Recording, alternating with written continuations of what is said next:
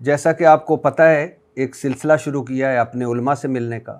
میں انجینئر محمد علی مرزا صاحب سے ملا, میں مولانا طارق جمیل صاحب سے ملا, آج کراچی میں ہوں, اور آج میں ہوں مولانا طارق مسعود صاحب کے ساتھ, مفتی طارق مسعود صاحب کے ساتھ. کیوں مل رہا ہوں یہ میں آپ کو بتا چکا ہوں کہ ہمارا اللہ سچا اللہ, ایک اللہ, ہمارا رسول آخری انسان تک کے رسول, ہماری جان قربان, ہمارا قرآن سچی کتاب, آخری انسان تک کی کتاب, لیکن ہم زوال پذیر ہیں. ہمارے ممبر نفرت اگل رہے ہیں, ہماری مسجدیں لوگوں کو تقسیم کر رہی ہیں, اور ہم ہر چوک اور ہر جگہ 1.5 انچ کی ایک مسجد بنا کے بیٹھے ہیں. وہ اسلام جو امن کا درس دیتا ہے, وہ اسلام جو ملاتا ہے, وہ اسلام جو دنیا اور آخرت کا آپ کا ضامن ہے, وہ اسلام ہی ہمارے لیے کیوں بن گیا ایسا کہ لوگ جو باہر کے ہیں وہ اسلام سے بھاگتے ہیں, اور اگر وہ اسلام قبول بھی کریں تو کون سا کریں, کس کے پاس جائیں. اور اب کچھ لوگ ایسے ہیں جن کو لوگ سنتے ہیں, کچھ لوگ ایسے ہیں جو اگر پازیٹیو کردار ادا کرنا چاہیں تو ہو سکتا ہے. کیوں یہ سب کچھ ہو رہا ہے, کیوں ہم پوری دنیا میں ہم زوال پذیر ہیں, کیوں جو مغرب ہے وہ آگے نکل گیا اور ہم پیچھے رہ گئے ہیں, کیوں ہماری مسجدوں کے جو نمازی ہیں مسجدیں بھری ہوتی ہیں, لیکن ہم نے قرآن اور نماز, حتیٰ کہ نماز جو 5 وقت پڑھتے ہیں اس کا بھی زیادہ تر لوگوں کو نہیں پتہ ہوتا کہ یہ کیا پڑھ کیا رہے ہیں, بس پڑھی جا رہے ہیں اور کری جا رہے ہیں, اور ہماری زندگیوں میں برکتیں نہیں رہی. تو اسی سلسلے میں آج میں ہوں مولانا طارق مسعود صاحب, مفتی طارق مسعود صاحب کے ساتھ. ان سے پوچھوں گا, بہت سارے سوالات ہیں میرے ذہن میں, ان کو میں بہت سنا, انجینئر صاحب کو سنا, مولانا طارق جمیل صاحب کو سنا, اور لوگوں کو جو ہمارے قابل عزت علماء ہیں ان کو بھی سنتے ہیں. تو آج وہ سارے سوالات جو آپ بھی پوچھنا چاہتے ہیں وہ آج ان کے سامنے میں رکھوں گا. بہت شکریہ سر. اور کراچی میں آپ کی درس کی طرح ہی گرمی ہے, حالانکہ اسلام آباد میں ہلکی ہلکی سردی ٹھنڈا ہوتا ہے, نہیں کافی گرمی ہوتی ہے. اچھا سر, ایک تاثر ہے کہ آپ نے مذہب کو مذاق بنا دیا ہے, لطیفوں والا دین بنا دیا ہے. آپ اکثر غیر معتاد گفتگو کرتے ہیں, اور یہ سب کچھ کرتے ہیں نام کے لیے, پیسوں کے لیے, اور اپنی مشہوری کے لیے, مطلب ذاتی تشہیر کے لیے. اور ایک مولانا صاحب کو میں سن رہا تھا تو وہ کہہ رہے تھے شغلی مولوی, تو آپ کو شغلی مولوی کہا جاتا ہے, کیوں؟ یہ باتیں زیادہ تر وہ لوگ کرتے ہیں جو شارٹ کلپس دیکھ رہے ہوتے ہیں, جو 1.5 گھنٹوں کے بیانات میں سے 1 منٹ کا, آدھا منٹ کا کلپ نکال کے وہ وائرل کرتے ہیں. میرے جو جمعے کے اور اتوار کے بیان ہوتے ہیں 1.5 سے 2 گھنٹے کے بیان ہوتے ہیں وہ. تو یہ ہو نہیں سکتا کہ 1.5 گھنٹہ لطیفے ہی سناؤں میں جی, اور مذہبی طبقہ پھر اس کو سن رہا ہو. لطیفوں کے لیے بہت سارے کامیڈین پڑے ہوئے ہیں. ہاں, جب آپ کسی کی بات سے 1 منٹ کا یا آدھا منٹ کا صرف لطیفے والا کلپ نکال کے لائیں گے تو پھر ظاہر یہی امیج جائے گا کہ یہ صرف لطیفے ہی سناتے ہیں. تو ایسا نہیں ہے کہ 1.5 گھنٹے کے بیانات اگر لوگ اور دوسرا یہ کہ ہمارے چینل پہ جو ہے ہم نے اسٹرائکیں نہیں دیتے, سب کو اجازت دی ہوئی ہے, تو ہر آدمی اپنی مرضی کی چیز نکال رہا ہے. تو اس سے یہ امیج جاتا ہے کہ شاید یہ لطیفے ہی میں سنا رہا ہوں, اس کے علاوہ کچھ نہیں سنا رہا. تو یہ غلط ہے, یہ معلومات نہ ہونے کی وجہ سے. ہاں, یہ ضرور ہے کہ عام طور پر جو مذہبی اسکالرز کا وے آف اسپیکنگ ہے یا وے آف ٹیچنگ ہے, میرا اس سے بچپن سے تھوڑا ڈفرینٹ ہے. اور یہ ایسا نہیں ہے کہ یوٹیوب جب آیا تو میں نے مشہور ہونے کے لیے یہ اسٹائل اختیار کیا ہے, ایسا نہیں ہے. میں ٹیچر ہوں 1999 سے, جامع رشید میں پڑھا رہا ہوں. اس وقت تو ہم سوچ بھی نہیں سکتے تھے کبھی یوٹیوب کی دنیا ہوگی. تو میرے اس وقت کے اسٹوڈنٹس ہیں, آپ ان سے پوچھیں کہ مفتی طارق مسعود جب سبق میں آتے تھے, کلاس میں آتے تھے پڑھانے کے لیے, تو کیا اسٹائل ہوتا تھا؟ صبح والا یہی اسٹائل تھا, ہنساتے بھی تھے, گپ شپ بھی لگتی تھی, اور طلبہ انجوائے کرتے تھے, لیکن سبق بھی پڑھاتے تھے, اپنا سلیبس بھی کمپلیٹ کرواتا تھا میں. اب میں ایک نیچرل ہے. نہیں, میں مان لیا آپ کا نیچرل ہے, لیکن آپ کا ایک میں سن رہا تھا, آپ کہہ رہے ہیں ایک مولوی سے کسی نے پوچھا کہ کیا لڑکی کے ساتھ سونا جائز ہے؟ بولے کم وقت سوتا کہاں ہے تو, کون پاگل ہے جو لڑکی ساتھ سوئے گا؟ پھر آپ ہنسے, ہنس کر کہا سمجھ آئی میری بات؟ تو اب ایک مولانا مفتی لڑکی کے ساتھ سوئے, کم وقت سوتا کہاں ہے؟ نہیں, مولانا مفتی نہیں سو رہا, وہ مولانا مفتی ڈانٹ رہا ہے کہ کوئی شخص مولانا سے پوچھ رہا ہے کہ لڑکی کے ساتھ سونا جائز ہے, تو مولانا کہتے ہیں تم سوتے کہاں ہو. یعنی اس زومانی جملے کا آپ کو پتہ ہے کہ اس کا کیا ہے, کہ مطلب تم جاگتے ہو تو لڑکی کے ساتھ کیا؟ ہاں, تو مطلب یہی ہے نا کہ تم گھنے بن کے سوال گھما رہے ہو. تو اصل میں تمہیں یہ چاہیے کہ ہم لڑکی کے ساتھ غلط حرکتیں کرتے ہیں تو یہ جائز ہے یا نہیں, تو گھنے بن کے تم سوال گھما رہے ہو کہ ہم سوتے ہیں. تو کتنا اچھا ہوتا اگر یہ سوال آپ پرچی اٹھاتے ادھر رکھ دیتے.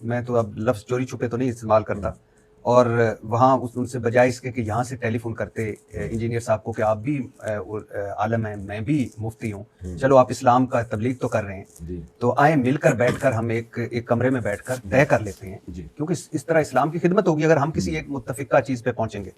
آپ نے فون یا میسج کرنے کے بجائے چوک پر کھڑے ہوئے اور ایک ویڈیوز بنائی اور پھر اس کو پھینکا, اور پھر اس کے بعد واہ واہ ہوئی, جے کار ہوئی, اور پھر اس کے بعد آپ تشریف لے آئے. تو اب مجھے بتائیے کتنا فرق پڑا اسلام کو اس ساری. اگر انجینئر صاحب بھی مجھے کال پہ کہتے ہیں نا کہ آپ جہلم آ جائیں اور ہمارے ساتھ بیٹھیں اور اس دن آ جائیں, اس ٹائم پہ آ جائیں, تو میں بھی کال پہ بات کر لیتا ان سے, ایس ایم ایس پہ بات کر لیتا. انہوں نے تو ببانگے دھول ایک ویڈیو ریکارڈ کروائی, اور ایک بار نہیں بار بار, کہ ان کے پاس قیامت تک کے لیے ٹائم ہے, جب چاہیں یہ آ جائیں اور میری کرامت ہوگی, یہ کبھی بھی نہیں آئیں گے.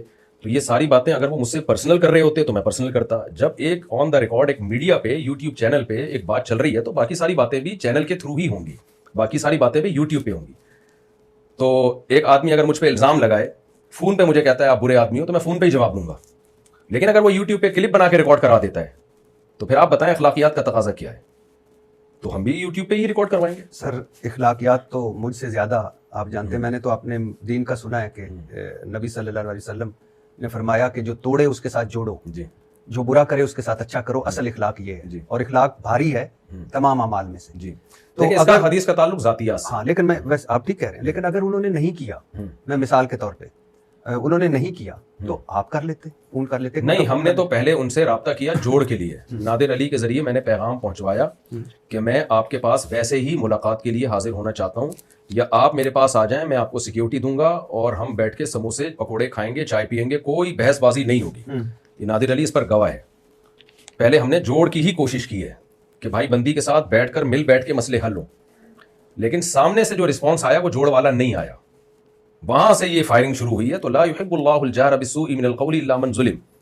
نبی جوڑ کی بات کرتے تھے, لیکن بدر میں نبی نے ہی تلواریں بھی چلائی ہے نا, احد میں, خندق میں, فتح مکہ میں. تو کون سا موقع جوڑ کا ہے اور کون سا موقع مقابلے کا ہے, یہ فیصلہ کرنا پڑتا ہے.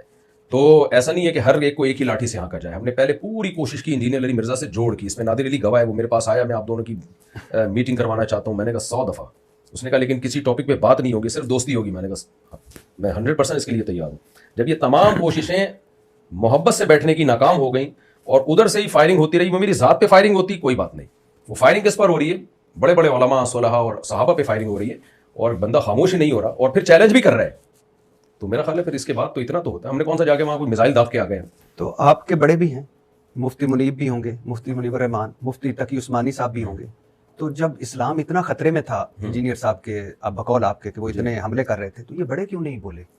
دیکھیں, بڑے اپنے آپ کو اس کے لیول کا نہیں سمجھتے. یہ تو انجینئر صاحب نے خود اپنے آپ کو ایک بہت عظیم عالم اسلام کی شخصیت بنا کے پیش کر دیا ہے. مفتی تقی عثمانی صاحب تو بہت ہی ایک بڑے آدمی ہیں. عرب ائمہ حرمین ان کی عزت کرتے ہیں, قدر کرتے ہیں. ان کو دنیا میں بہت, پوری دنیا میں ان کی ٹریولنگ ہے.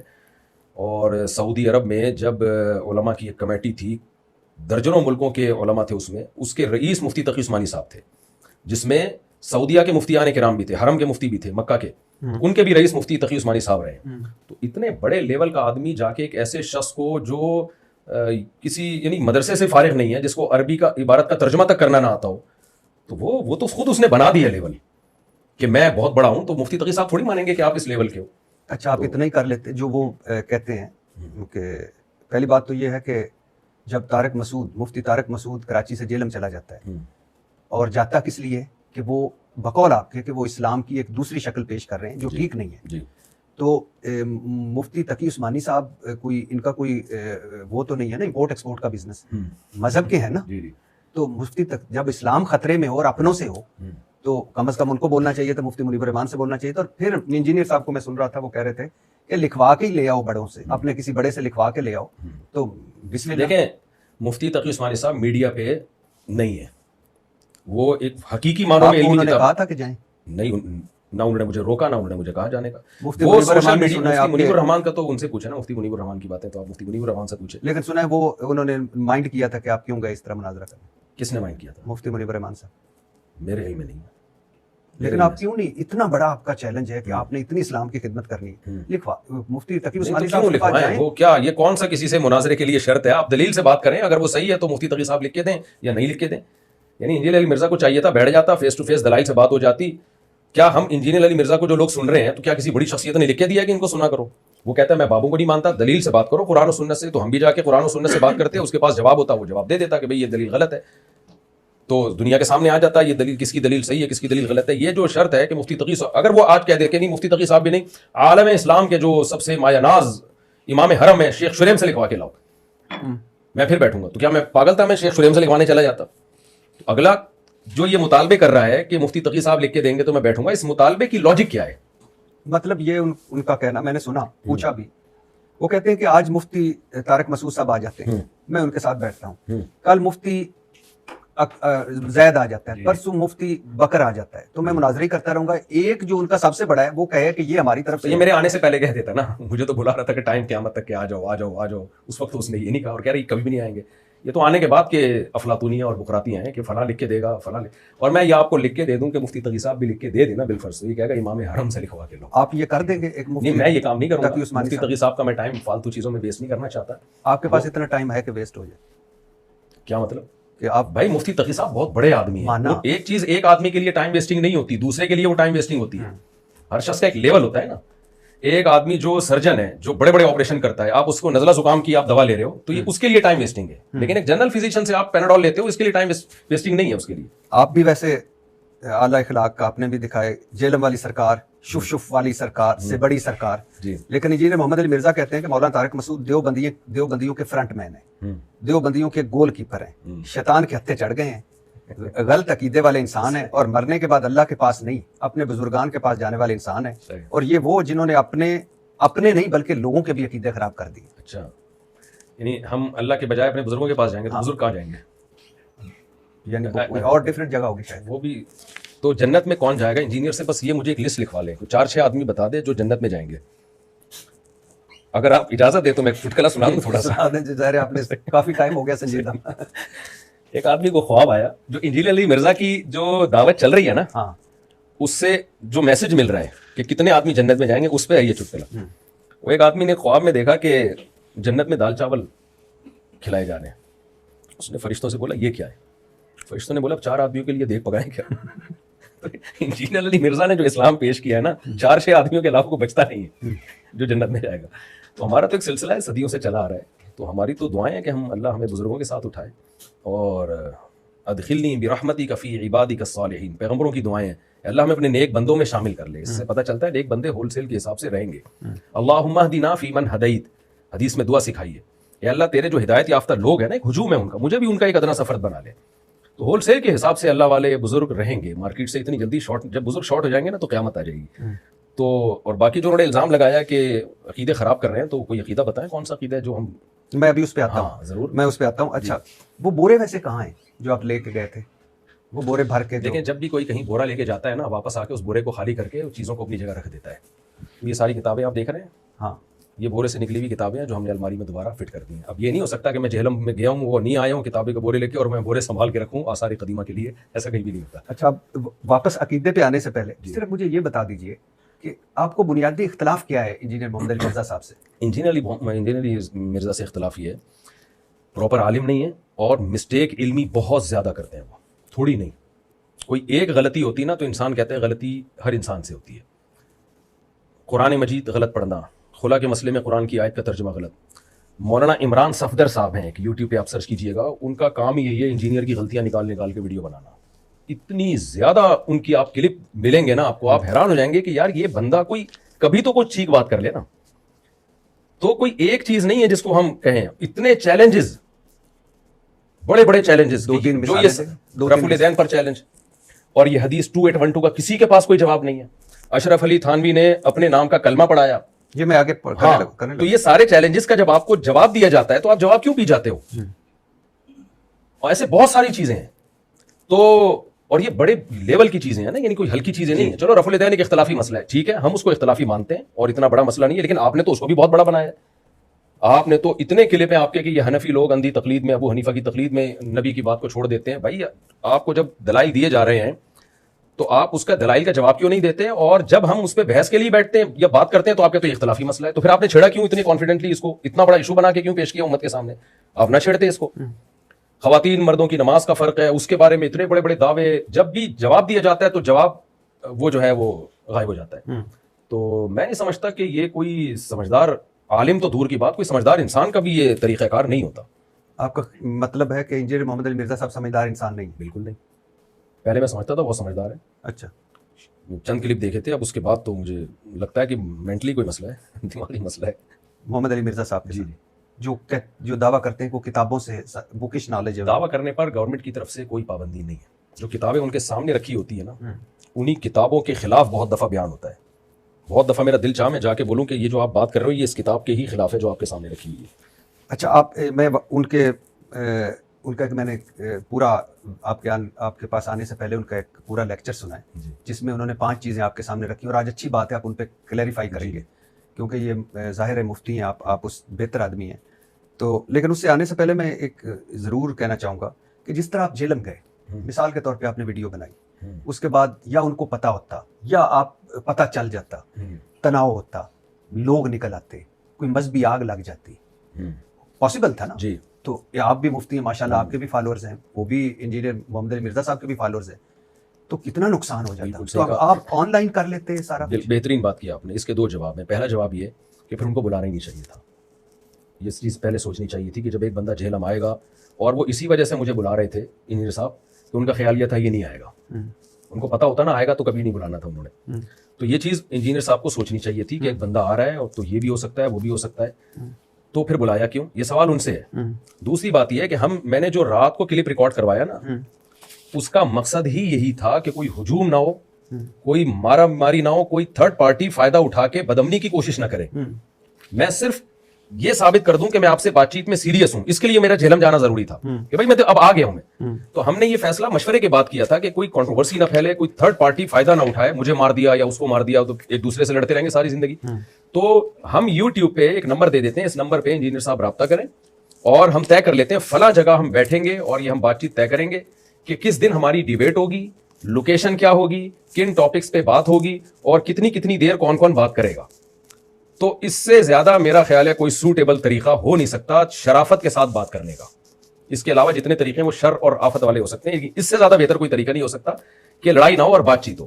تو میں چونکہ بات چیت کرنے میں مخلص تھا اس لیے میں نے یہ طریقہ اختیار کیا. اگر میں بات چیت کرنے میں مخلص نہ ہوتا نا، میں وہاں جا کے اعلان شروع کر دیتا جہلم کے چوک پہ کھڑے ہو کر، نکل بھائی تو باہر. پھر جو ہونا تھا پھٹے بازی ہوتی ہے. ہاں ڈیفینیٹلی. جی. تو یہ نہیں کیا نا ہم نے، اسی وجہ سے نہیں کیا. تو جب یہ ویڈیوز آپ کے سامنے آئیں تو آپ کے جو بڑے علماء ہیں ان میں سے کسی نے آپ کو کوئی سراہا ہو یا کوئی تعریف کی ہو یا کہا ایسا نہ کیا کریں؟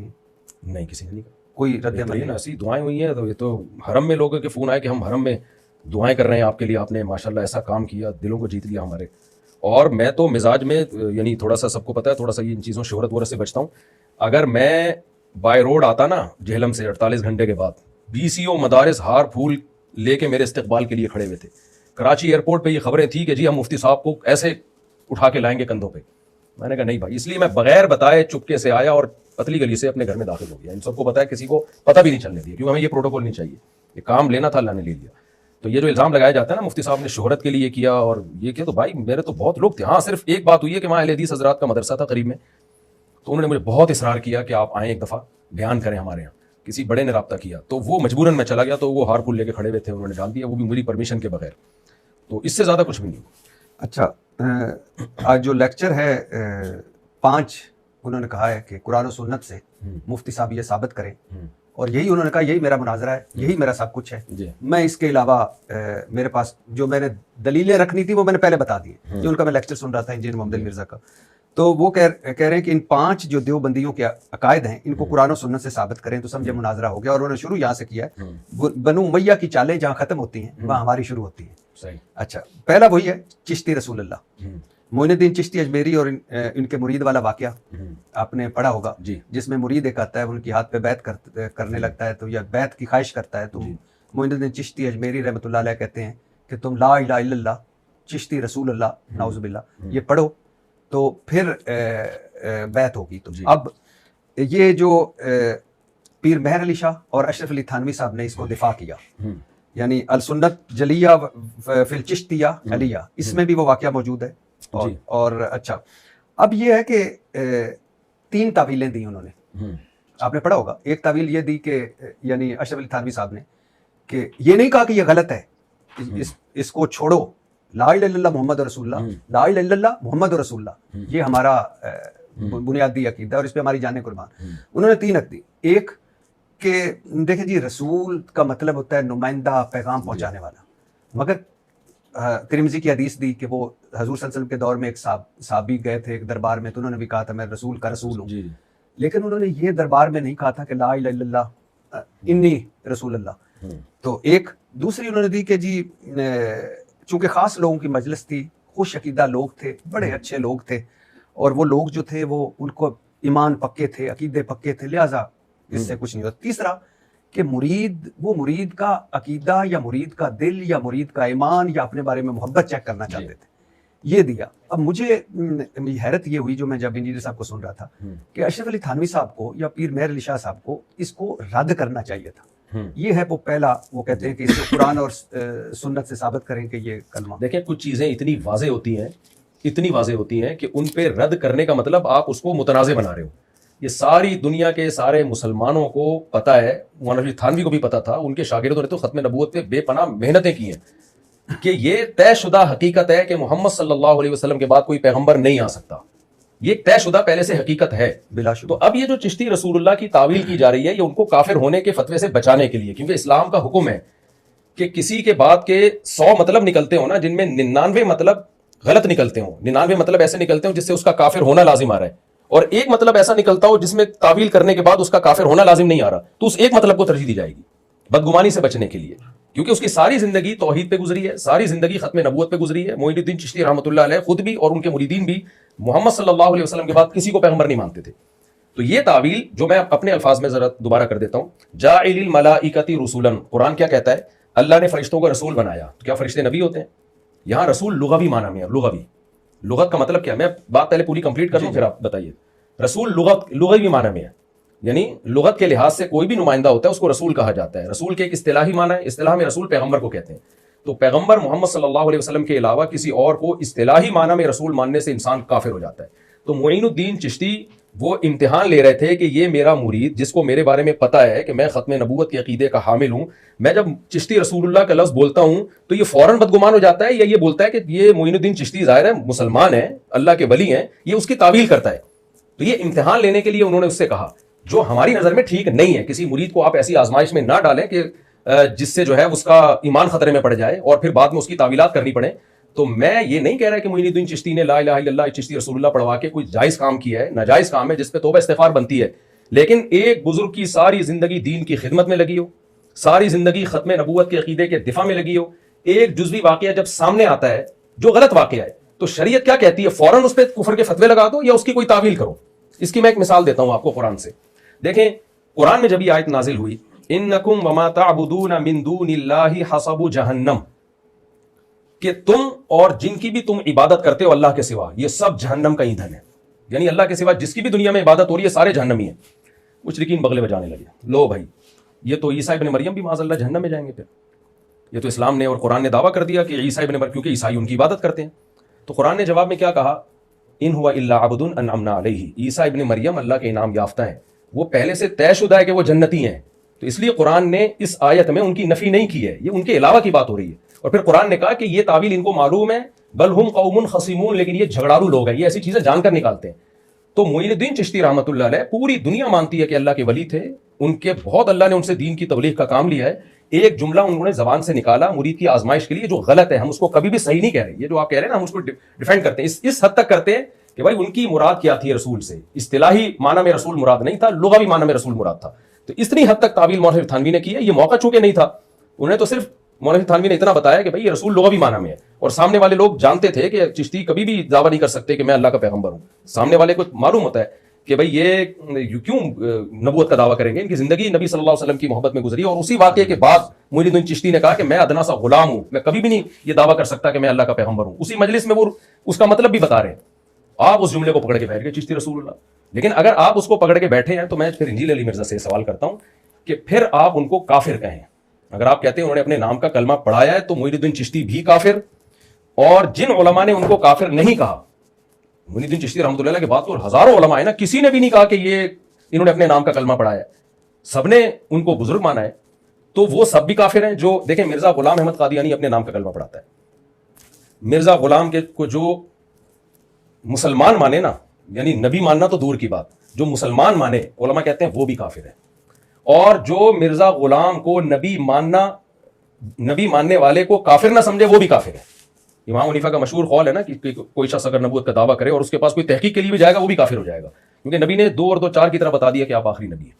تو اگر یہ تعویل نہ کی جائے چشتی رسول اللہ کے لفظ میں، رسول سے لغوی رسول مراد ہے، اصطلاحی مراد نہیں ہے، تو پھر معین الدین چشتی بھی کافر، پھر ان کو ماننے والے بھی کافر، پھر مفتی طارق مسعود بھی کافر، پھر مولانا اشرف علی تھانوی بھی کافر، پھر علماء عرب بھی کافر، جن کے کوئی یہ واقعہ کا پتہ ہے اور کسی نے بھی ان کو کافر نہیں کہا بلکہ کافر کے بجائے بزرگ کہا، تو یہ سارے دائرہ اسلام سے خارج ہیں۔ قادیانیوں کے بارے میں تو ہمارا یہی نظریہ ہے۔ تو اب یہ سوال ہم سے نہیں بنتا، یہ سوال انجینئر علی مرزا صاحب سے بنتا ہے کہ جناب آپ کیا تعویل کرتے ہیں اس کی، سر کرتے ہیں یا نہیں کرتے؟ سر میں عالم ہیں وہ آپ، اور انڈاؤٹیبلی بزرگ ہیں معین الدین چشتی اجمیری رحمۃ اللہ علیہ، لیکن اشرف علی تھانوی صاحب کو کم از کم اتنا تو لکھنا چاہیے تھا کہ اس پہ استغفار بنتی ہے، جیسے آپ نے کہا۔ دیکھیں مولانا تھانوی کا خطاب وہ جو تھا نا سمجھدار لوگوں میں تھا، بہت سی چیزیں ایک، یعنی ہم کسی پہ کفر کا فتویٰ لگاتے ہیں نا تو صرف اتنا ڈیفینڈ کیا جاتا ہے کہ بھئی یہ کافر نہیں ہے، ان کی مراد یہ تھی، تو مولوی تھانوی نے بھی اس حصے کو ہائی لائٹ کیا ہے۔ اور اگر میں یہ سمجھتا ہوں یا آپ یہ سمجھتے ہیں کہ مولوی تھانوی کو یہ کرنا چاہیے تھا، اس وضاحت کے بعد یہ بھی کہنا چاہیے تھا کہ یہ جملہ غلط ہے، تو کہنا چاہیے تھا، یہ ان سے غلطی ہوئی ہے مولوی تھانوی سے، اس میں کون سی ایک سی بڑی بات ہوگی؟ کچھ باتیں انسان کو کہنی چاہیے وہ نہیں کہی ہوتی اس نے۔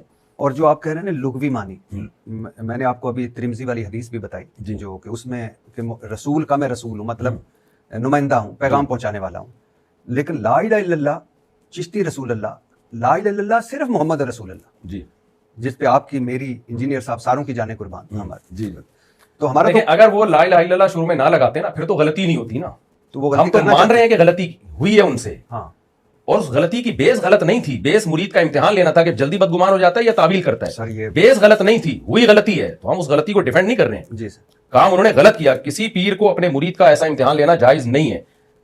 ٹھیک تو ہے، اگر وہ لا الہ الا اللہ شروع میں نہ لگاتے پھر تو رسول کا معنی تو لغوی معنی میں تو رسول اللہ تو سب کچھ ہے نا، وہ پھر آزمائش کہاں سے ہوتی مرید کی؟ یہ تو آزمائش جب لا الہ الا اللہ شروع میں لگایا۔ ہم یہ ضرور کہہ رہے ہیں کہ یہ اس طرح سے کسی کو آزمانا یہ جائز نہیں ہے، کیونکہ اس سے پہلا جو میسج جائے گا وہ بہت غلط میسج جائے گا۔ ہاں، لیکن جیسے آپ دفاع نہیں کر رہے، میرا خیال ہے آپ کے بڑوں کو بھی اس کا دفاع نہیں کرنا چاہیے۔ کسی نے بھی نہیں دفاع کیا، مولوی تھانوی نے صرف یہ بتایا کہ یہ اس کا ان کی مراد کیا تھی، انہوں نے یہ نہیں کہا کہ انہوں نے بہت اچھا کام کیا ہے اور آپ لوگ بھی ایسا کیا کرو، اگر وہ اس کو اچھا کام سمجھ رہے ہوتے تو دوسروں کو بھی ترغیب دیتے کہ اپنے مریدوں کو اس طریقے سے آزمایا کرو۔ چلو اچھا، دوسرا ہے سر تھانوی رسول اللہ۔ جی، اب الامداد رسالے میں جی، ایک مرید نے خط لکھا کہ خواب میں بھی میں نے پڑھا، بیداری میں بھی پڑھا، اور کہ یعنی یہ میں تو یہ کہنا بھی نہیں چاہتا تھانوی رسول اللہ یا تو، اور انہوں نے آگے سے لکھا تھانوی صاحب نے، اشرف علی تھانوی صاحب نے، تمہارا پیر متبع سنت ہے۔ متبع سنت کیا مطلب ہوتا ہے؟ متبع سنت میں آپ کو پورا بتاتا ہوں۔ پیر اس مرید کو خواب آیا کہ لا الہ الا اللہ اشرف علی رسول اللہ خواب میں پڑھ رہا ہے۔ جی جی، خواب میں کچھ بھی ہو جائے نا، اس نے لکھا بیداری میں بھی پڑھا۔ بیداری میں غیر اختیاری طور پر، بعض دفعہ خواب آتا ہے وہی جاگتے ہوئے آدمی کی زبان پہ غیر اختیاری کلمات ہوتے ہیں، جب غیر اختیاری طور پر آپ کی زبان سے کتنا بڑا بھی کفر نکل جائے، شریعت کا حکم ہے اس کی تعویل کرو۔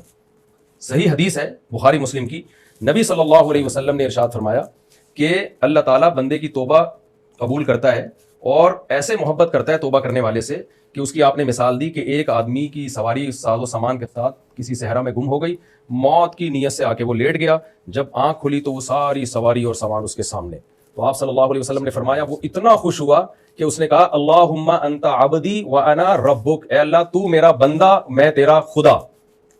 آپ نے فرمایا اخطأ من شدت الفرح، خوشی سے غلطی سے اس نے زبان سے الفاظ کہے۔ تو اس سے پتہ چلتا ہے، حالانکہ یہ تو بالکل کفر ہو گیا نا، اللہ کو بندہ کہہ دیا اور اپنے آپ کو کیا کہہ دیا؟ اللہ کہہ دیا۔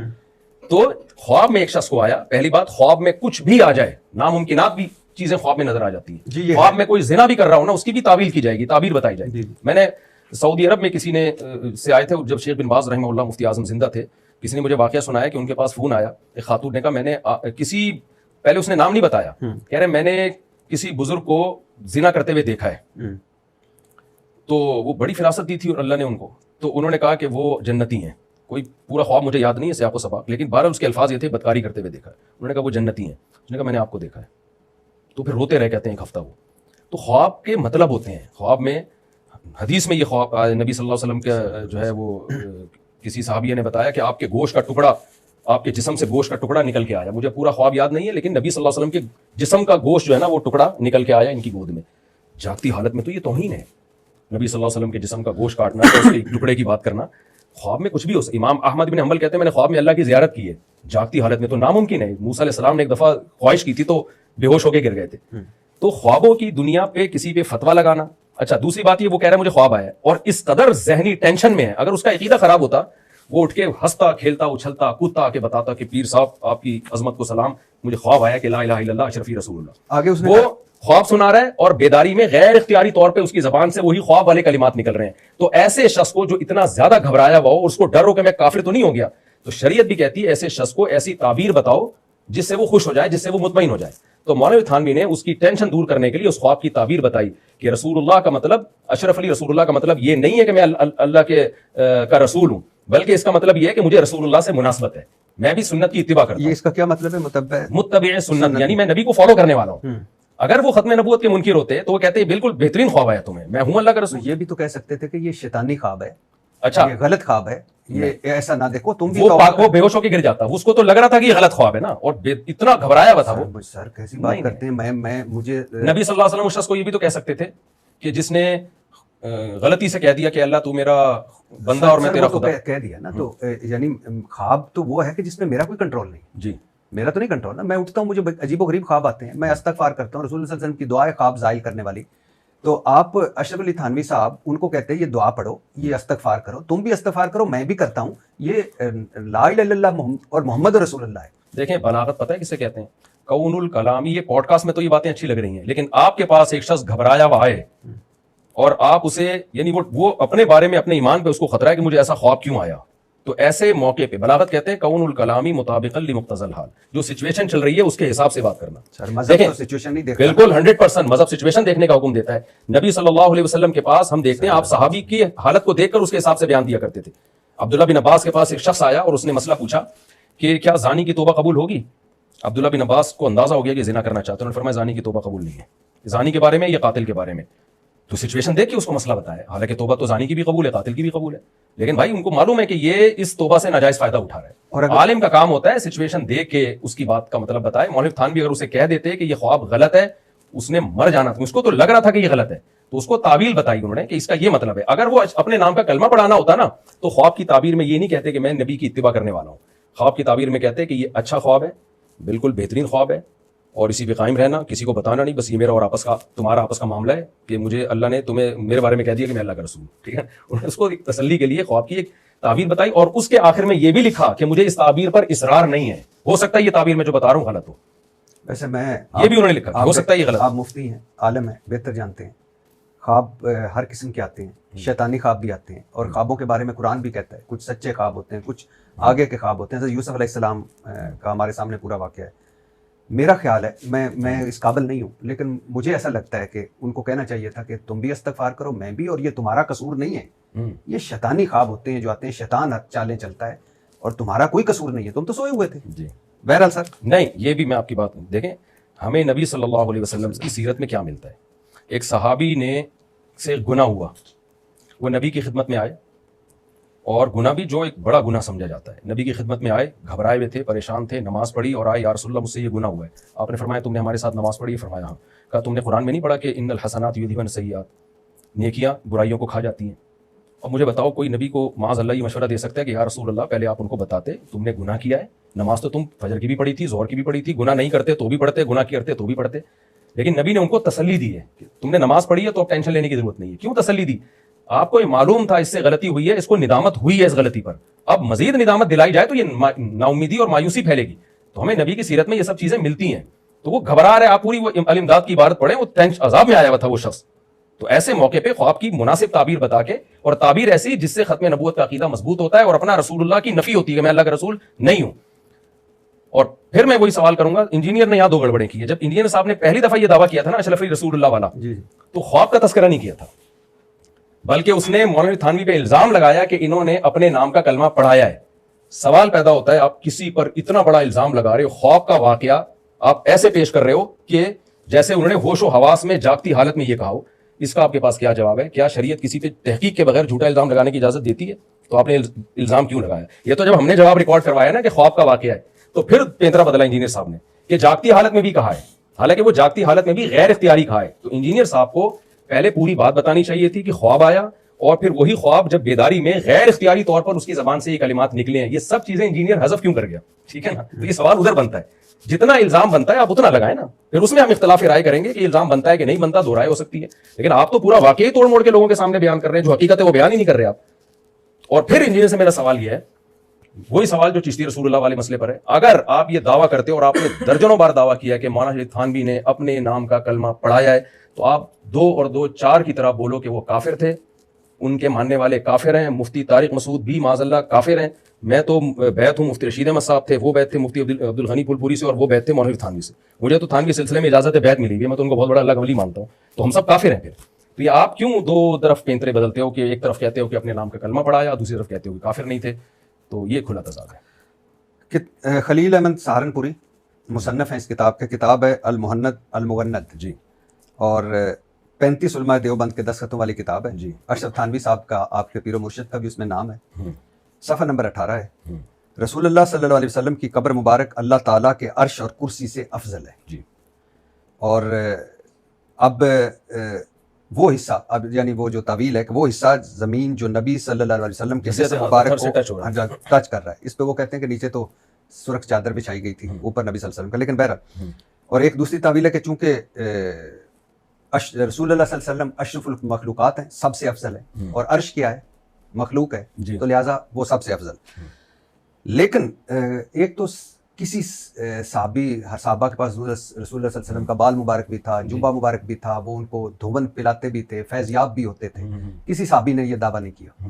دوسرا ہے کہ بخاری میں ہے کہ رسول اللہ صلی اللہ علیہ وسلم نے فرمایا، دیکھنا میری شان کو اس طرح بلند نہ کرنا جس طرح نصارہ نے بڑھایا عیسیٰ ابن مریم کو. میں تو بس اللہ کا رسول اور بندہ ہوں، مجھے اللہ کا رسول اور بندہ ہی کہنا. جی.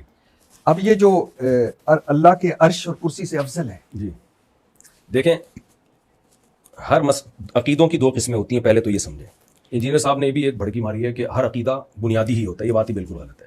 کچھ عقائد ایسے ہیں جو تواتر سے قرآن و حدیث میں بالکل 2 اور 2 4 کی طرح ثابت ہے. جیسے عقیدہ آخرت ہے، عقیدہ توحید ہے، عقیدہ ختم نبوت ہے. ان میں یعنی فرشتوں کا وجود، جو ہم جب کوئی غیر مسلم اسلام قبول کرتے ہیں نا، آمنت باللہ وملائکتہ وکتبہ ورسلہ والیوم الآخر والقدر خیرہ وشرہ من اللہ تعالی والبعث بعد الموت. یہ اسلام کے بنیادی عقائد ہیں. ان میں کوئی اختلاف کرے گا اسلام سے خارج ہو جائے گا. ان چیزوں کو شریعت نے بہت 2 اور 2 4 کی طرح بیان کر دیا ہے. کچھ عقیدے ایسے ہیں جن کو شریعت نے بیان نہیں کیا ہے. اس میں آپ کوئی بھی رائے رکھ سکتے ہیں جب تک کہ وہ کسی صحیح حدیث کے خلاف نہ ہو.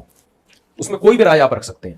تو یہ جو عقیدہ ہے کہ عرش زیادہ بہتر ہے یا نبی صلی اللہ علیہ وسلم کے جسد اطہر سے جو مٹی ٹچ ہوتی ہے وہ زیادہ بہتر ہے، یہ عقیدہ ایسا ہے کہ جس کو قرآن و سنت نے واضح طور پہ بیان نہیں کیا. اگر قرآن و سنت نے یہ بیان کیا ہوتا نا کہ عرش زیادہ افضل ہے، پھر ہم کہتے ہیں کہ جو یہ عقیدہ رکھے کہ نبی کے جسد سے چھونے والی مٹی زیادہ بہتر ہے، وہ قرآن کے خلاف جا رہا ہے. قرآن اور حدیث اس بارے میں خاموش ہیں. جنہوں نے خود اعتراف کیا کہ صحابہ نے یہ کیوں نہیں بتایا اس بارے میں، تو نہیں بتایا، تبھی تو بات کے لوگوں میں اختلاف ہوا نا، اور وہ اب کے لوگوں میں اختلاف ہوا ہے. تو اس لیے اس میں کوئی نس نہیں ہے. انجینئر صاحب نے اس میں بھی بڑی، میں جب جیلم گیا تھا تو سب چیزیں لے کر گیا تھا میں، اس میں بھی انجینئر صاحب نے بڑی گڑبڑ کی ہے. قرآن کی آیت پڑھی، اذا لابتغوا الی ذی العرش سبیلا. اچھا، یہ آیت بھی غلط پڑھی ہے، ٹھیک ہے نا. آیت صحیح کیا ہے؟ یہ جو پڑھی ہے نا وہ غلط پڑھی ہے. وہ ویڈیو پڑھی بھی ہے میرے پاس، اور اس میں بھی 2 4 دفعہ میں جا کے شاید 8ویں 10ویں دفعہ میں جا کے ٹھیک کیا اس کو. تو اس سے عرش کی فضیلت پتہ چلتی ہے، افضلیت پتہ نہیں چلتی ہے. قرآن میں موسیٰ علیہ الصلوۃ والسلام کی بہت زیادہ فضیلت ہے. تو کوئی یہ کہے کہ حضرت موسیٰ کی اتنی فضیلت ہے کہ وہ محمد صلی اللہ علیہ وسلم سے بھی افضل ہے، ہم کہیں گے افضلیت الگ چیز ہے، فضیلت الگ چیز ہے. عرش کا اللہ سے تعلق ہے جس کی بیس پہ عرش کی بہت فضیلت ہے، جو قرآن نے بھی بیان کی ہے. محمد صلی اللہ علیہ وسلم کے جسد اطہر سے جو مٹی ٹچ ہوتی ہے، ہم اس کی افضلیت کے قائل ہیں کہ وہ عرش سے زیادہ افضل ہے. تو ہم عرش کی فضیلت کا انکار نہیں کر رہے. کوئی ایک قرآنی آیت یا کوئی ایک حدیث دکھا دی جائے جس میں آتا ہو کہ عرش زیادہ، یعنی تمام اس کائنات میں جتنی بھی چیزیں ان سے عرش زیادہ افضل ہے، تو پھر ہم یہ کہیں گے کہ یہ المحنت کا عقیدہ قرآن و سنت کے خلاف ہے. تو یہ دونوں عقیدے رکھے جا سکتے ہیں. اگر کوئی یہ عقیدہ رکھتا ہے کہ عرش زیادہ افضل ہے تو بھی شریعت میں خاموشی ہے اس بارے میں. اگر کوئی کہتا ہے محمد صلی اللہ علیہ وسلم کے جسد سے جو مٹی ٹچ ہوتی ہے وہ زیادہ افضل ہے تو بھی کوئی خرابی نہیں ہے. تو المحنت کا جو یہ عقیدہ ہے یہ کوئی اسلام کا متفق علیہ بنیادی عقیدہ نہیں ہے. اس میں کوئی بھی رائے قائم کی جا سکتی ہے. ہاں، آپ یہ کہہ سکتے ہیں کہ جب اس کے بارے میں شریعت خاموش ہے تو پھر علماء نے یہ عقیدہ رکھا کیوں ہے، کہ اس کی دلیل کیا ہے. اس کی دلیل ہے علامہ ابن عبد البر، بہت بڑے مفسر، بہت بڑے محدث ہیں. انہوں نے اجماع نقل کیا اس پر اور وہ آج کے نہیں ہیں، صدیوں پہلے کے ہیں. انہوں نے اجماع نقل کیا ہے کہ نبی صلی اللہ علیہ وسلم کے جسد اطہر سے ٹچ ہونے والی مٹی عرش سے افضل ہے. اور یہی میں نے تو جب آپ اگر مجھے پہلے یہ سوال بتاتے نا میں کروں گا تو میں اپنے وہ ہر دور میں علماء اسی کے عقیدے کے قائل رہے ہیں تو میں پوری لسٹ ان کے جو سن وفات کے ساتھ لے کے یعنی میں آپ کے سامنے بیٹھتا اور پڑھ کے سناتا کہ ہر دور میں علماء کا یہی عقیدہ رہا ہے. اور یہ صرف علماء دیوبند کا نہیں ہے. علامہ یہ جو ابھی کویت کے علماء کی کمیٹی ہے کیا نام ہے اس کا مجمع جو علماء کی کمیٹی ہے نا عرب علماء کی تو ان کا بھی یہی عقیدہ ہے. اور علامہ نووی سے پہلے جتنے علماء اور اس کے بعد بھی ابن قیم کا بھی یہی عقیدہ. ابن تیمیہ نے اس کو نقل صرف ابن تیمیہ نے اس پہ اعتراض کیا ہے کہ اجماع کا دعویٰ قابل قبول نہیں ہے. یعنی ابن تیمیہ رحمہ اللہ جیسے سخت عالم جو بہت بدعت کے خلاف تھے انہوں نے بھی یہ نہیں کہا کہ یہ اہل سنت والجماعت کے خلاف ہے یا یہ قرآن و سنت کے خلاف ہے. صرف انہوں نے اتنا کہا ہے کہ اجماع کے دعوے پر مجھے اشکال ہے کہ اس پر اجماع کہنا یہ سمجھ میں نہیں آتا. تو اس سے پتہ چلتا ہے کہ وہ بھی اس کے قائل تھے کہ اگر کوئی عقیدہ رکھتا ہے تو غلط نہیں ہے. تو یہ کوئی اتنا بڑا مسئلہ نہیں ہے. شرک یہ جب ہوتا ہے جب ہم کہتے ہیں پیغمبر صلی اللہ علیہ وسلم اللہ سے افضل ہے یا اللہ کے برابر ہے. عرش بھی اللہ کی مخلوق ہے اور نبی بھی اللہ کی مخلوق ہیں. تو اللہ کی ایک مخلوق کو دوسری مخلوق پر ترجیح دینا نہ کفر ہے نہ بدعت ہے نہ گمراہی ہے. ہاں یہ آپ کہہ سکتے ہیں کہ عرش اللہ سے ٹچ ہے اور جو مٹی ہے وہ پیغمبر سے ٹچ ہے. تو مٹی جو پیغمبر سے ٹچ ہے اس کو آپ زیادہ فضیلت دے رہے ہو اور عرش جو اللہ سے ٹچ ہے اس کو آپ کم درجے کی فضیلت دے رہے ہو. اس کا جواب یہ ہے کہ عرش جو اللہ سے ہے نا اس کی کیفیت ہمیں معلوم نہیں ہے. اور یہ بات انجینئر نے بھی کہی ہے کلپ میں تو جب جیلم گیا تھا تو وہ سارے کلپ بھی لے کر پورا لیپ ٹاپ لے کر گیا تھا کہ وہ خود کہتا ہے کہ اس کی کیفیت ہمیں معلوم نہیں ہے. کما ہوا لائق بشانہ، جبکہ نبی کے جسد سے جو مٹی ٹچ ہو رہی ہے اس کی تو کیفیت ہمیں معلوم ہے. تو عرش کا اللہ سے ایسا ریلیشن جیسا مٹی کا پیغمبر سے ریلیشن ہے یہ ریلیشن ثابت نہیں ہے. تو اس لیے یہ بہت سارے علماء کا صدیوں سے علماء دیوبند نے اس عقیدے کو اس لیے اڈاپٹ کیا ہے کہ یہ صدیوں سے علماء کا عقیدہ رہا ہے. اور علامہ ابن عبد البر نے جو بہت بڑے مفسر محدث ہیں حدیث میں ان کا کیا مقام ہے جو بھی ذرا سا علم جانتا ہے وہ اس کو پتا ہے انہوں نے اس پر اجماع نقل کیا ہے. تو اب میں سوال یہ کرتا ہوں کہ جو مغلظات علماء دیوبند کے خلاف اس عقیدے کی بیس پہ یعنی جو لوگ بکتے ہیں وہ ابن عبد البر کے خلاف. اور میں پوری لسٹ انشاءاللہ اگر موقع ملا نا تو نیٹ پہ وہ پوری لسٹ ڈال دوں گا کن کن علماء نے اس کو نقل کرتے چلے جائیں گے وہ تو سارے گمراہ ہو جائیں گے پھر وہ. تو اس لیے جب شریعت میں ایک چیز میں دونوں رائے رکھنے کی اجازت ہے تو اگر کوئی یہ رکھتا ہے عقیدہ کہ عرش زیادہ افضل ہے تو ہمیں اس پہ کوئی اعتراض نہیں ہے. لیکن چاروں خلفائے راشدین سارے صحابی کسی سے یہ نہیں کسی سے یہ بھی تو ثابت نہیں ہے کہ عرش زیادہ افضل ہے.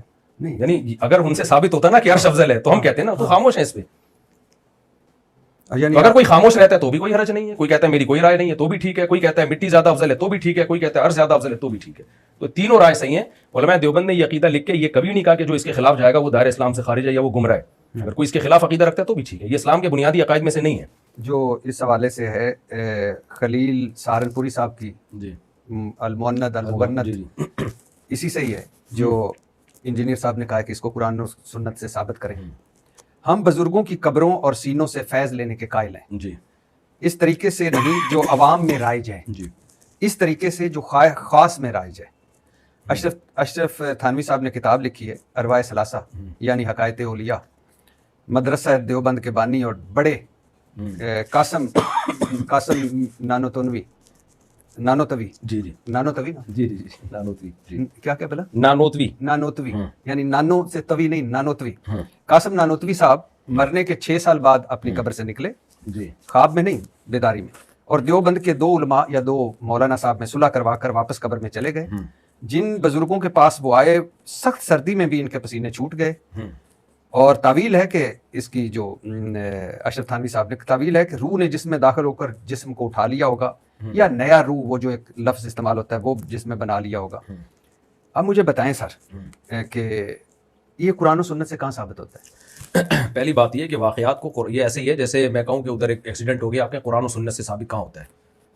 یہ میں پوری بات مکمل کرنے دیں. حکیم الامت اشرف تھانوی صاحب تو سوال پھر آپ یہ نہیں پوچھیں کہ قرآن و سنت سے کہاں ثابت ہوتا ہے. آپ یہ کہیں کہ اس کی یہ کتنی مستند بات ہے کہ ایسا پاسبل بھی ہے یا نہیں. یہ کر لیں قرآن و سنت سے اس طرح کے واقعات کا وقوع اس کی یعنی اس کی نفی تو نہیں ہے کہیں. جی جی آپ یہ سوال پوچھیں نا. جی واقعات کے لیے قرآن و سنت کی ضرورت نہیں ہوتی کہ فلاں جگہ بم پھٹا ہوا قرآن میں کہاں لکھا ہوا. ایک سکے کے 2 فقہ آدمی کی خبر کا اعتبار ہوتا ہے کہ بتانے والا اگر قابل اعتماد ہے اور وہ جو خبر دے رہا ہے وہ شریعت کے لحاظ سے ناممکنات میں سے نہیں ہے تو پھر ہم اس کی ثقہ کی خبر پہ یقین کر لیتے ہیں.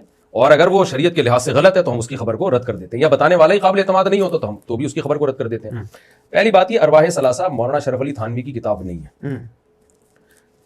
انہوں نے بہت سارے واقعات جو مختلف لوگوں کے تھے ایک رسالے میں شائع کر دیے ہیں. رسالے میں شائع بھی نہیں ہو کہتے جمع کر دیے ایک رسالے میں. تو ان کے تمام تر کے ذمہ دار مولانا اشرف علی تھانوی نہیں ہے. ہاں یہ ضرور ہے کہ جب ایک شخص نے یہ واقعہ بیان کیا کہ مولانا قاسم نانوتوی قبر سے نکل کے آئے, اچھا انجینئر نے یہاں بھی گڑبڑ کی ہے, اگر آپ مجھے اجازت دیں. جی پلیز. یہ واقعہ پہلے انجینئر نے اس تعویل کے ساتھ بیان نہیں کیا تھا کہ مولانا تھانوی نے یہ تعویل کی ہے. یہ تو میں نے جواب ریکارڈ کروایا کہ مولانا تھانوی نے اس واقعے کی نفی کی ہے کہ اس طرح نہیں ہوا کہ قبر سے نکل کے وہ گئے ہیں, بلکہ تعویل کی ہے صورت مثالیہ تھی جو سامنے والے کو لگا کہ وہ آ رہے ہیں, حقیقت میں وہ نہیں تھے, قبر سے بندہ نہیں نکل کے گیا. تو یہ اپریشیٹ کرنا تھا مولانا تھانوی کو انجینئر نے, اور میں نے یہ رپورٹ یعنی یہ جب کلپ ریکارڈ کروایا تو پھر انجینئر نے اپنا بیان بدلا ہے. پھر بیان بدلا, وہ بیان کس طریقے سے بدلا اس نے کہ دیکھو انہوں نے بجائے اس واقعے کی نفی کرنے کے اس کی ایک تعویل کر لی. بھائی تعویل کر کے تو یہ جو ایک اس سے تصور دماغ میں آ رہا تھا نا کہ مردہ نکل کے آیا, اس تصور کی نفی کی ہے کہ سامنے والے کو لگا کہ ایسا ہے لیکن ہوا ایسے, صورت مثالیہ تھی وہ. تو مولوی تھانوی نے یہ واقعہ بیان نہیں کیا, نہ مولوی تھانوی اس واقعے کے ذمہ دار ہیں. انہوں نے بہت سارے ایسے واقعات ایک کتاب میں نقل کر دیے ہیں. اس میں جیسے ہم یہ دیکھتے ہیں نا بہت سی موضوع من گھڑت حدیثیں بھی محدثین ذکر کر دیتے ہیں, محدثین اس حدیث کے ذمہ دار نہیں ہوتے. ترمذی میں ضعیف حدیثیں ہیں, موضوع روایتیں ہیں صحاح ستہ کی بعض کتابوں میں. تو اب یہ کہیں کہ یہ غلط بات انہوں نے نقل کیوں کی, بھائی وہ ناقل ہیں, ان کا کام ہے نقل کرنا. اب آپ خود فیصلہ کریں کہ واقعہ صحیح ہے کہ غلط. ایک تعویل اس واقعے کی بنتی تھی جو انہوں نے بتا دی, اور وہ تعویل یہ ہے کہ مولانا قاسم نانوتوی قبر سے نکل کے نہیں گئے, وہ صورت مثالیہ انہوں نے بیان کی ہے. صورت مثالیہ کسی کی بھی ہو سکتی ہے, آپ کو ایسا لگتا ہے کہ وہ بندہ آیا اور ہمارے درمیان سلوک کرا کے چلا گیا, تو اب آپ اس بندے کی نفی بھی کر سکتے ہیں اگر آپ کو اس پہ سچے ہونے پہ یقین نہیں ہے. اور آپ اگر اس پہ یقین ہے تو آپ کہیں بھائی ہو سکتا ہے اس کو ایسا لگاؤ واقعہ کر کے چلا گیا ہو, یہ اس کا دماغی تخیل ہو, اس کو ایسا لگاؤ اور وہ بیان کر رہا ہو, اس میں کیا حرج ہے؟ نہیں, کوئی حرج نہیں. اس لیے حرج نہیں ہے کہ اس سے زیادہ عجیب و غریب واقعات قرآن و سنت سے ثابت ہیں, اس سے بھی زیادہ, اور اس سے بھی زیادہ عجیب واقعات محدثین سے ثابت ہیں. مثلا بہت ساری کرامات علامہ ابن تیمیہ رحمہ اللہ تعالیٰ نے جو صحابہ تابعین تبع تابعین کے واقعات نقل کیے ہیں, اگر آپ مجھے پہلے بتاتے نا سوال کرنا ہے میں وہ سارے واقعات نکال کے رکھتا. اگر آپ مجھے اجازت دیں تو میں بھی کچھ واقعات نکالتا ہوں جو ابن تیمیہ کی کتاب میں لکھے ہوئے ہیں جو اسلاف سے منقول ہیں, تو اگر آپ مجھے اجازت دیتے ہیں میں نکالتا ہوں. ہمارا تو جو ایک رولہ یہ ہے کہ ایک ہے بابوں کا علم, جی, ایک ہے قرآن و سنت. تو دیکھیں میں دو چیزوں کو سمجھنا ضروری ہے. جی سر. اللہ کے لیے کچھ بھی مشکل نہیں ہے, یہ قرآن و حدیث سے ثابت ہے. دو چیزیں ہوتی ہیں, پیغمبروں کے ہاتھ پہ معجزے ظاہر ہوتے ہیں, اولیاء اللہ کے ہاتھ پہ کرامات ظاہر ہوتی ہیں. یہ قرآن و سنت سے اور اجماع امت سے ثابت ہے. حضرت مریم کو بغیر شوہر کے بیٹا مل گیا, یہ اس سے بھی زیادہ عجیب ہے کہ کوئی صورت مثالیہ کسی کو دماغ میں آئی اور وہ سلوک کرا کے چلا گیا. تو یہ حضرت مریم کیا اللہ کی پیغمبر تھیں؟ انہوں نے دعویٰ کیا کہ یہ جو میرا بیٹا ہے یہ شوہر کے بغیر ہے. تو یہ یعنی معجزہ اور کرامت کہتے ہی اس کو ہیں جو سائنس کے لیے بہت بڑا چیلنج ہے, جو عقلی طور پر ممکن ہی نہیں ہے. آپ اس کو مانتے ہیں یہ ہے؟ بھائی مجھے نہیں پتا یہ جو بیان کرنے والا ہے یہ قابل اعتماد ہے یا نہیں ہے. اگر قابل اعتماد ہے اور وہ کہہ رہے ہیں کہ مولانا قاسم نانوتوی آئے تھے اور وہ ثقہ آدمی ہے, تو ہم اس کی تعویل کریں گے کہ یہ تو سچ کہہ رہے ہیں لیکن حقیقت میں وہ نہیں آئے تھے, ایک صورت مثالیہ تھی جو اس کو ایسا لگا. جیسے ہمیں ہوتا ہے بہت سے بچے کہتے ہیں ہمیں جن نظر آیا ہے, ڈاکٹر کیا تعویل کرتا ہے بھائی اس کا دماغ خراب ہو گیا, اس کو ایسا لگ رہا ہے کہ جن ہے, حقیقت میں جن نہیں. تو پھر ان کا بھی دماغ خراب ہوگا جنہوں نے یہ سنایا ہوگا. ممکن ہے ان کا دماغ خراب ہو گیا. اور کوئی آپ کو ایسا لگتا ہے چاروں خلفائے راشدین میں سے کوئی آیا ہو اس سے بڑے بڑے واقعات ہوئے ہیں خلفائے راشدین میں کہ آپ صلح کروا کے چلے گئے؟ دیکھیں یہ اسپیسیفک یہ واقعہ نہیں, یہ تو ایسا ہی ہو گیا. حضرت مریم کے جب بغیر شوہر کے بیٹا پیدا ہوا تو یہودی یہی تو کہتے ہیں اس سے پہلے تو کبھی بھی ایسا نہیں ہوا کہ بغیر شوہر کے کسی کو اولاد مل گئی ہو. تو کرامت کے لیے یہ ضروری نہیں ہے کہ اس سے پہلے اسی نوعیت کا واقعہ ہوا ہو. کرامت کے لیے یہ ضروری ہے کہ کوئی بھی ایسا واقعہ ہوا ہو جو عقلاً ممکن نہ ہو. مریم کے بیٹا ہو رہا ہے سیدہ مریم کے شوہر کے بغیر. سلیمان علیہ الصلوۃ والسلام نے کہا کہ بھائی ایکم یاتینی بعرشھا قبل ان یاتونی مسلمین. ایک بزرگ بیٹھے ہوئے تھے جن کے پاس انجیل کا علم تھا, انہوں نے کہا انا آتی کا بھی قبل ان یرتد الیک طرفک. سلیمان علیہ السلام سے کہا کہ میں ملکہ سبا کا تخت آپ کی پلک جھپکنے سے پہلے میں آپ کے دربار میں حاضر کروں گا. یہ کہا اور تخت حاضر.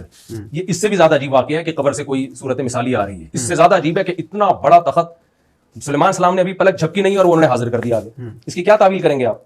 یہی کہیں گے بھائی یہ کام اللہ نے کیا, بزرگ نے نہیں کیا, اس بزرگ کے ہاتھ پہ کیا. مجھے سمجھ نہیں آئی سر, آپ کتنے بڑے بڑے حوالے دے رہے ہیں آپ یہ اس کے لیے کہ اس کے لیے کہ جس کو آپ کو پیر و مرشد نے ایک واقعے کو ایک کتاب میں جمع کر دیا. مجھے ایک بات بتائیں, آپ اس کو صحیح سمجھتے ہیں کہ نہیں؟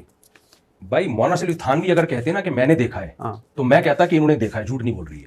لیکن جس سے نقل کر رہے ہیں اس کو میں نہیں جانتا کہ اس کا دماغ خراب ہو گیا تھا یا اس پہ کیا ہو گیا تھا. اچھا پہلے میری بات کمپلیٹ ہونے کر لیں. اس سے ہمیں قرآن سے پتہ چلتا ہے کہ جو اولیاء اللہ ہیں ان کے ہاتھ پہ کرامتیں ہوتی ہیں. تخت سیکنڈ میں یہاں سے وہاں آ سکتا ہے, یہ اللہ کر رہا ہوتا ہے, وہ بزرگ نہیں کر رہے ہوتے. سیدہ مریم کو بغیر شوہر کے اولاد مل رہی ہے, یہ اللہ دے رہا ہے, سیدہ مریم نہیں, ان کو یہ طاقت اللہ نے نہیں دی ہے. تو یہ جو کرامات ہیں یہ نبی صلی اللہ علیہ وسلم کے بعد بھی قیامت تک جاری رہیں گے. اس میں دو چیزیں دیکھی جاتی ہیں کہ بیان کرنے والا قابل اعتماد ہو اور بزرگ ہو, کوئی دو نمبر آدمی نہ ہو. تو اگر بیان کرنے والا قابل اعتماد ہے تو علامہ ابن تیمیہ نے اس پہ اجماع نقل کیا ہے کہ یہ جو کرامات کا باب ہے نا, یہ قیامت تک کے لیے مفتوح ہے, یہ ہوگا. بہت سے میں نے شہیدوں کے خون کی خوشبو اپنی ناک سے سونگھی ہے. اب آپ اگر کہیں کہ میں مفتی طارق مسعود کو نہیں مانتا تو آپ انکار کر دیں. شہید کے خون کی خوشبو کی کوئی لاجک بنتی ہے سائنٹیفکلی؟ کچھ بھی نہیں بنتی. میں نے دیکھا ہے کہ مفتی عتیق الرحمان شہید جناب 6 مہینے بعد قبر سے ان کو نکالا جا رہا ہے صحیح سالم ان کا جسم, اور خوشبو بھی آ رہی ہے ان سے. اور اس کے علاوہ کچھ, یہ تو میں نے خود نہیں سونگھی, ان کے بیٹے نے مجھے بتایا. بہت سے شہیدوں کی میں نے خود اپنی ناک سے خوشبو سونگھی ہے. تو اب یہ جو ہو رہا ہے یہ سائنس کو ایک بہت بڑا چیلنج ہے. تو اگر کسی کو مجھ پہ اعتماد ہوگا کہ مفتی طارق مسعود جھوٹ نہیں بولتے تو وہ مان لے گا, اور اگر کوئی یہ سمجھتا ہے کہ مفتی صاحب نے پھینک دیے تو نہ مانے. اس کا اسلام کے بیسک عقیدوں سے کوئی تعلق نہیں. تو یہ جو ارواح ثلاثہ میں مولانا تھانوی نے واقعہ نقل کر دیا, لے آیا, اگر کوئی کہتا ہے یہ غلط ہے تو بھی ہمیں کوئی اعتراض نہیں ہے. کوئی کہتا ہے نہیں یار جو بیان کرنے والے وہ ثقہ تھے تو بھی ہمیں کوئی اعتراض نہیں ہے. تو اس کا اسلام کے بیسک عقیدوں سے کوئی تعلق نہیں ہے. اور یہ محنت میں جو لکھا ہے نا قبر کا فیض والا مسئلہ, اس کا اس واقعے سے کوئی تعلق نہیں ہے. وہ قبر کے فیض کا جو مطلب ہے وہ میں بتاتا ہوں آپ کو. جو محنت نے جو لکھا ہے فیض کا مطلب انہوں نے خود آگے بتا دیا کہ وہ طریقہ نہیں جو عوام میں رائج ہے. عوام میں کیا, ما فوق الاسباب, کسی سے مدد طلب کرنا, قبروں سے مانگنا. علماء دیوبند استمداد کے قائل نہیں ہے, فیض کے قائل ہیں. اور قبر کا فیض جو اسباب کے اندر ہو وہ اس کے سب قائل ہیں. نبی صلی اللہ علیہ وسلم کے دنیا سے جانے کے بعد حضرت ابو بکر نے کیوں کہا کہ ان کو کیوں دفن کیا گیا, حضرت عمر نے کیوں کہا کہ مجھے نبی کے پہلو میں دفن کیا جائے, تھا نا کچھ فیض ہی تو تھا نا. کیا مطلب جو رحمت اللہ کی نبی کی قبر مبارک پہ ہو رہی ہے وہی رحمت ان دونوں اصحاب پہ بھی ہو جائے. علامہ ابن حجر رحمۃ اللہ نے لکھا ہے کہ امام بخاری رحمہ اللہ تعالیٰ کی قبر سے خوشبو آتی رہی. قبر سے خوشبو آنا بھی قبر کا فیض ہے. تو وہ فیض جو اسباب کے تحت ہو, ہم اس فیض کے قائل ہیں. آپ جب قبرستان جاتے ہو تو نبی نے فرمایا کہ آخرت کی یاد تازہ ہوتی ہے. تو قبر پہ جا کے آخرت کی یاد تازہ ہونا یہ بھی قبر کا ایک فیض ہے. یہ عقیدہ شرکیہ اس وقت ہوتا جب عوام جس فیض کی قائل ہے, جو مزاروں پہ ہو رہا ہے, قبروں سے مانگنا, ان کو سجدہ کرنا, ہم اس کا اس بات کر رہے ہوتے. اس کی تو نفی ہے کہ بھئی جو عوام جس کے قائل ہے اس کے قائل نہیں ہے. تو پھر آپ وہ عوام جو قبروں سے مانگنے کی قائل ہے وہ علماء دیوبند کے کھاتے میں کیوں ڈال رہے ہیں جبکہ وہ نفی کر رہے ہیں اس کے قائل نہیں ہے. یہ تو عین توحید ہے. یہ تم نفی کر رہے ہیں بھائی جو عوام میں جو قبر پرستی ہے اس کے قائل نہیں ہے. نہیں بالکل صحیح کہہ رہے ہیں آپ. لیکن فیض یاب ہونا, وہ آپ نے سنا ہوگا نبی صلی اللہ علیہ وسلم کا وہ جو جنگ میں غالباً احد میں کہ وہ جو تیر لگا تھا اور انہوں نے کہا کہ بشارت دی کہ نبی صلی اللہ علیہ وسلم کے گھوڑے کا کچاوا یا وہ باندھتا تھا اور وہ شہید ہو گیا. تو انہوں نے کہا جنتی, انہوں نے کہا اس نے تو مال غنیمت میں ایک چادر لی, ایک چادر نبی کا صحابی, اور دوسرا وہ بھی آپ نے سنا ہوگا عبداللہ بن ابی جو منافق اعظم تھا, تو اس کو رسول صلی اللہ علیہ وسلم اللہ یعنی اپنا کرتا بھی پیش کیا, تو وہ بھی نہیں بخشا جائے گا. اللہ تعالیٰ کا اوپر سے آیت اتری. تو فیض نبی کے ہوتے ہوئے, نبی کا صحابی, ایک چادر مال غنیمت سے. تو خیر آپ کا یہ ہے. لیکن اچھا ایک میں اس میں بڑا حیران ہو رہا تھا کہ آپ ایک سوال کا جواب دے رہے تھے اور آپ نے اس کو جسٹیفائی بھی کیا, اور میں آپ کے اس جسٹیفیکیشن پہ آپ پہ اعتراض مجھے ہے کہ رشید احمد گنگوئی صاحب اور قاسم نانوتوی کو انہوں نے اپنے ساتھ لٹایا, پھر ان کی طرف کروٹ لی, ان کے سینے پر ہاتھ رکھا. قاسم صاحب بولے او میاں لوگ کیا کہیں گے, تذکرۃ الرشید. اچھا یہ اگلا میں. اچھا تو آپ نے کہا کہ یہ لوگ فوش مذاق بھی کر لیتے ہیں. لکھنے والے کا مطلب یہ نہیں کہ اتنے فری تھے کہ فوش مذاق بھی کر لیا کرتے تھے. اچھا یعنی اتنے فری تھے فوش مذاق ہو جاتا. اب دونوں بزرگ ہیں, دونوں بزرگ ہیں, اور دونوں بزرگ فوش مذاق کر رہے ہیں, اور آپ لکھنے والے پر اعتراض اٹھا رہے ہیں. تو یار اگر انہوں نے فوش مذاق کر لیا تو آپ نے کیوں لکھا؟ غلط کیا, نہیں لکھنا چاہیے تھا. ہم کب کہہ رہے ہیں, دیکھیں ان کا فحش مزاج ان کی نجی محفل کا تھا یہ مزاج. انجینئر نے اس بیس پہ جو ان کو اغلام بازی کا مرتکب کہا یا ہومو سیکسولیٹی کیا کرتے تھے وہ, یہ بہت بڑا الزام ہے. مذاق کو مذاق ہی رکھنا چاہیے. مذاق پہ یہ الزام بنتا ہے کہ یہ مذاق کرنے کا نہیں ہے, یا یہ مذاق لکھنے کا نہیں ہے, میرا بھی یہی ہے, یا لکھ کے شائع کرنے کا نہیں کرنے کا نہیں ہے. ٹھیک ہے نا, غلط کیا انہوں نے, کون کہہ رہا ہے. لیکن اس کی ایک دیکھیں مثال پتہ ہے کیا ہے. رشید احمد گنگوہی تھے یا جو دوسرے بزرگ تھے, ان کی آپ سیرت اٹھا کے دیکھیں, ان کی کتابیں دیکھیں, ترمذی کی جنہوں نے عربی میں شرح لکھی الکوکب الدری کے نام سے, وہ آپ پڑھ کے دیکھیں. بے شمار اسلام کی خدمات ہیں. ایک شخص کسی شہر میں جاتا ہے, مولانا ابو الحسن علی ندوی نے بڑا دلچسپ واقعہ لکھا ہے. ایک شخص کسی شہر میں جاتا ہے, دیکھتا ہے وہاں خوبصورت باغات ہیں, خوبصورت چشمے ہیں, بڑے بنگلے ہیں, اور ہسپتال ہیں, اور اسکول ہیں, اور پولیس کا ایک خوبصورت نظام ہے, 20 چیزیں. 2 جگہ اسے نظر آیا گٹر کے ڈھکن نہیں ہے, گٹر ابل رہے ہیں. وہ آ کے جو اسٹیٹمنٹ دیتا ہے وہ کہتا ہے ایسا گندا شہر ہے, گٹر کے ڈھکن ابل رہے ہیں, گٹر کے ڈھکن ابل رہے ہیں, گٹر کے ڈھکن ابل رہے ہیں. صبح شام وہ یہی کرتا رہتا ہے. تو یار یہ تجھے 2 گٹر کے ڈھکن کے علاوہ کچھ نظر نہیں آیا اس میں؟ اسی چیز کو کیوں بار بار ہائی لائٹ کر رہے ہو؟ ہم نے کب کہا کہ بزرگ سے کوئی غلطی نہیں ہو سکتی؟ بزرگ دودھ کے دھلے ہوئے ہوتے ہیں, بزرگ فرشتے ہوتے ہیں. ہم نے خود اپنے شیخ مرشد مفتی رشید احمد صاحب کے بعض مسائل کو غلط قرار دے کے اس کے خلاف فتویٰ دیا ہے, اور بعض اعمال کو بھی ہم نے غلط قرار دیا کہ ان کا یہ ایٹیٹیوڈ جو تھا ہمارے خیال میں یہ شریعت کے مطابق ٹھیک نہیں تھا.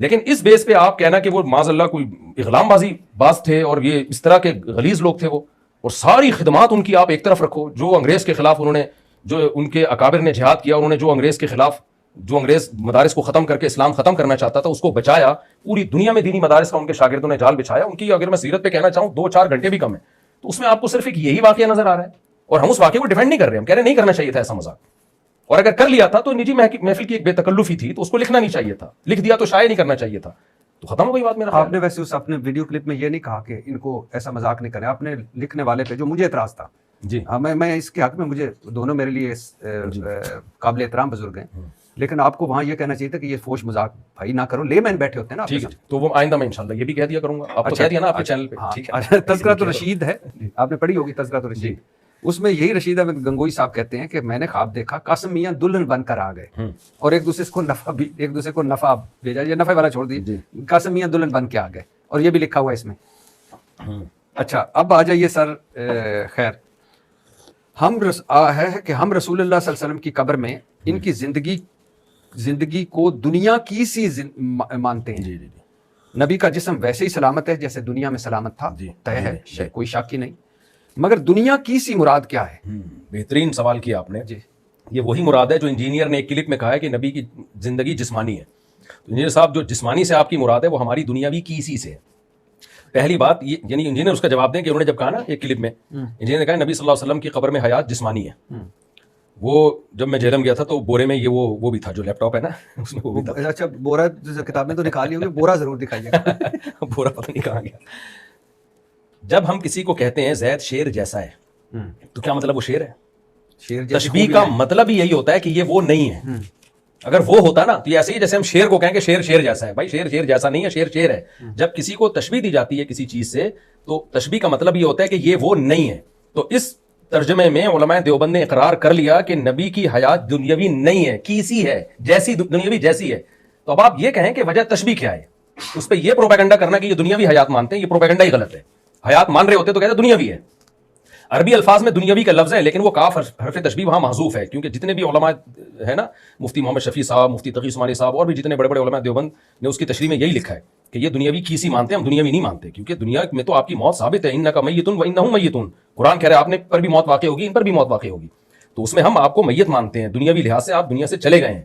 ہاں برزخ میں آپ کو ایک حیات ملی ہے جس کو دنیا سے تشبیہ دی گئی ہے. وہ دنیا سے تشبیہ پاورفل ہونے کی وجہ سے, بہت زیادہ پاورفل حیات ہے. وہ قرآن سے ثابت ہے کہ اللہ تعالیٰ شہیدوں کو زندگی دیتے ہیں, تو پیغمبروں کا مقام شہیدوں سے زیادہ ہوتا ہے. اس سے پتہ چلتا ہے کہ پیغمبر کی زندگی شہید سے بھی زیادہ پاورفل زندگی ہے. تو اس لیے اس کو دنیاوی سے تشبیہ دی گئی ہے. اگر کوئی اس تشبیہ کو نہیں مانتا تو بھی ہمیں کوئی اعتراض نہیں ہے, لیکن علماء دیوبند کا موقف یہ ہے کہ برزخی حیات ہے اور انتہائی پاورفل حیات ہے.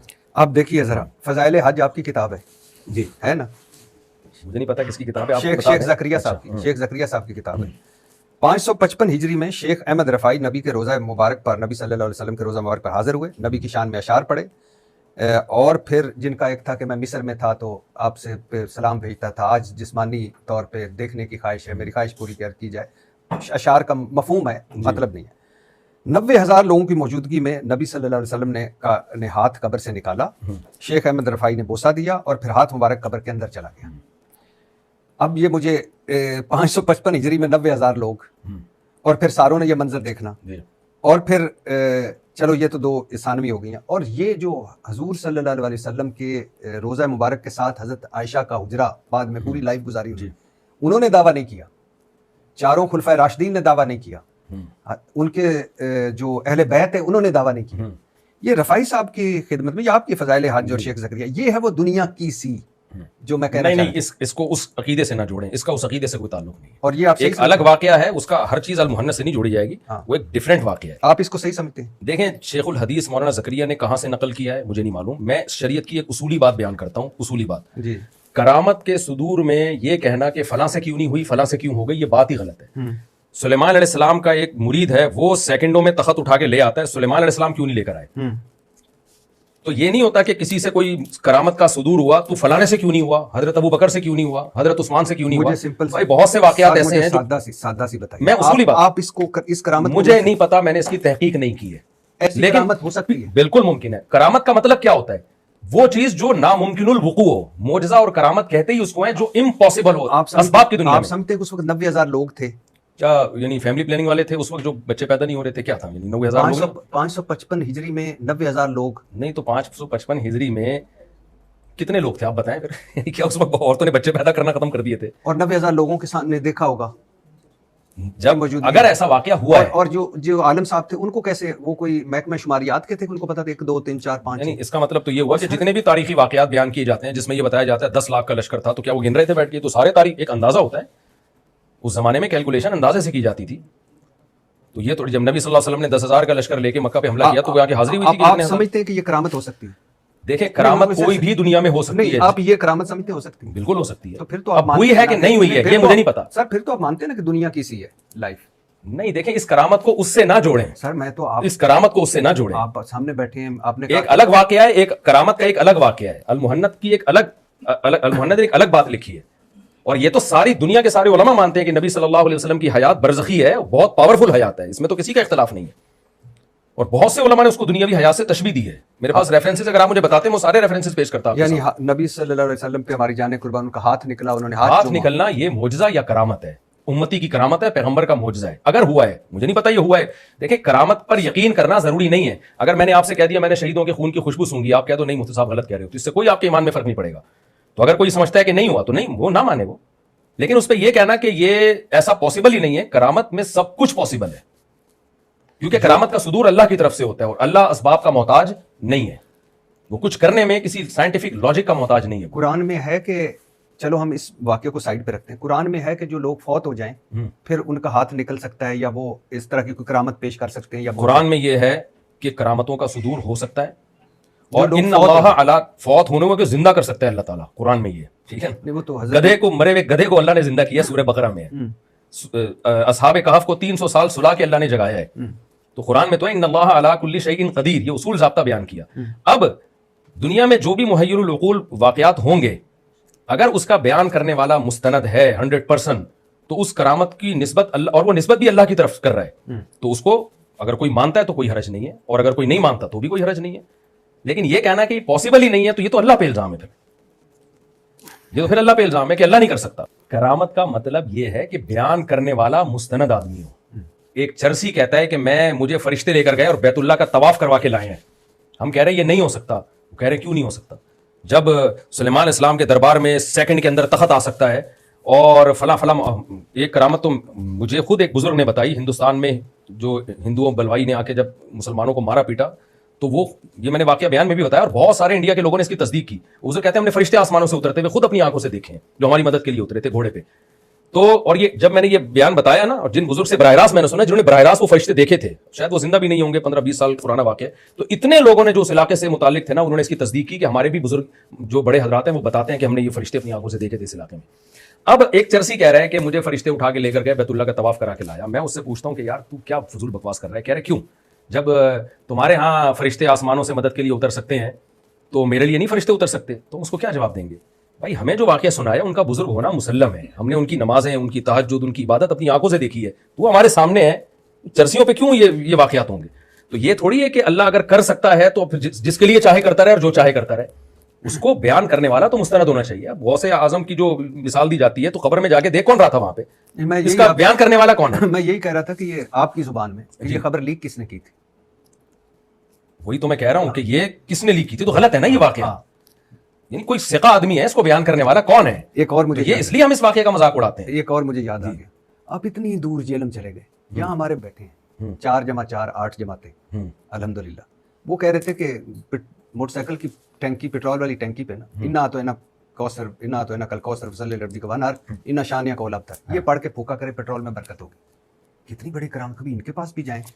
کیلا رکھنے کا مدنی طریقہ، دیکھیں پاپا جانی جو ہیں ان کا بزرگ ہونا تو پہلے ثابت کرو نا. چارجر لگانے کا مدنی طریقہ، کھیرا کاٹنے کا مدنی طریقہ. اور ایک تو انہوں نے بڑا عجیب کیا کہ انہوں نے کہا کہ درمیان میں موٹر سائیکل پہ بیٹھے تکیہ رکھ لیا کرو. یہ تکیہ وہ ایک سائنٹیفک چیز ہے جو برے خیالات آنے سے روکتی ہے دونوں کے آپس میں. تو ادھر کبھی چلے جائیں نا، یہ ساتھ ہی فضان مدینہ، ان کو بھی کہیں کہ خدا کے لیے اسلام کو کس طرح آپ نے بنا دیا. میں آپ کو ایک اصولی بات بتاتا ہوں.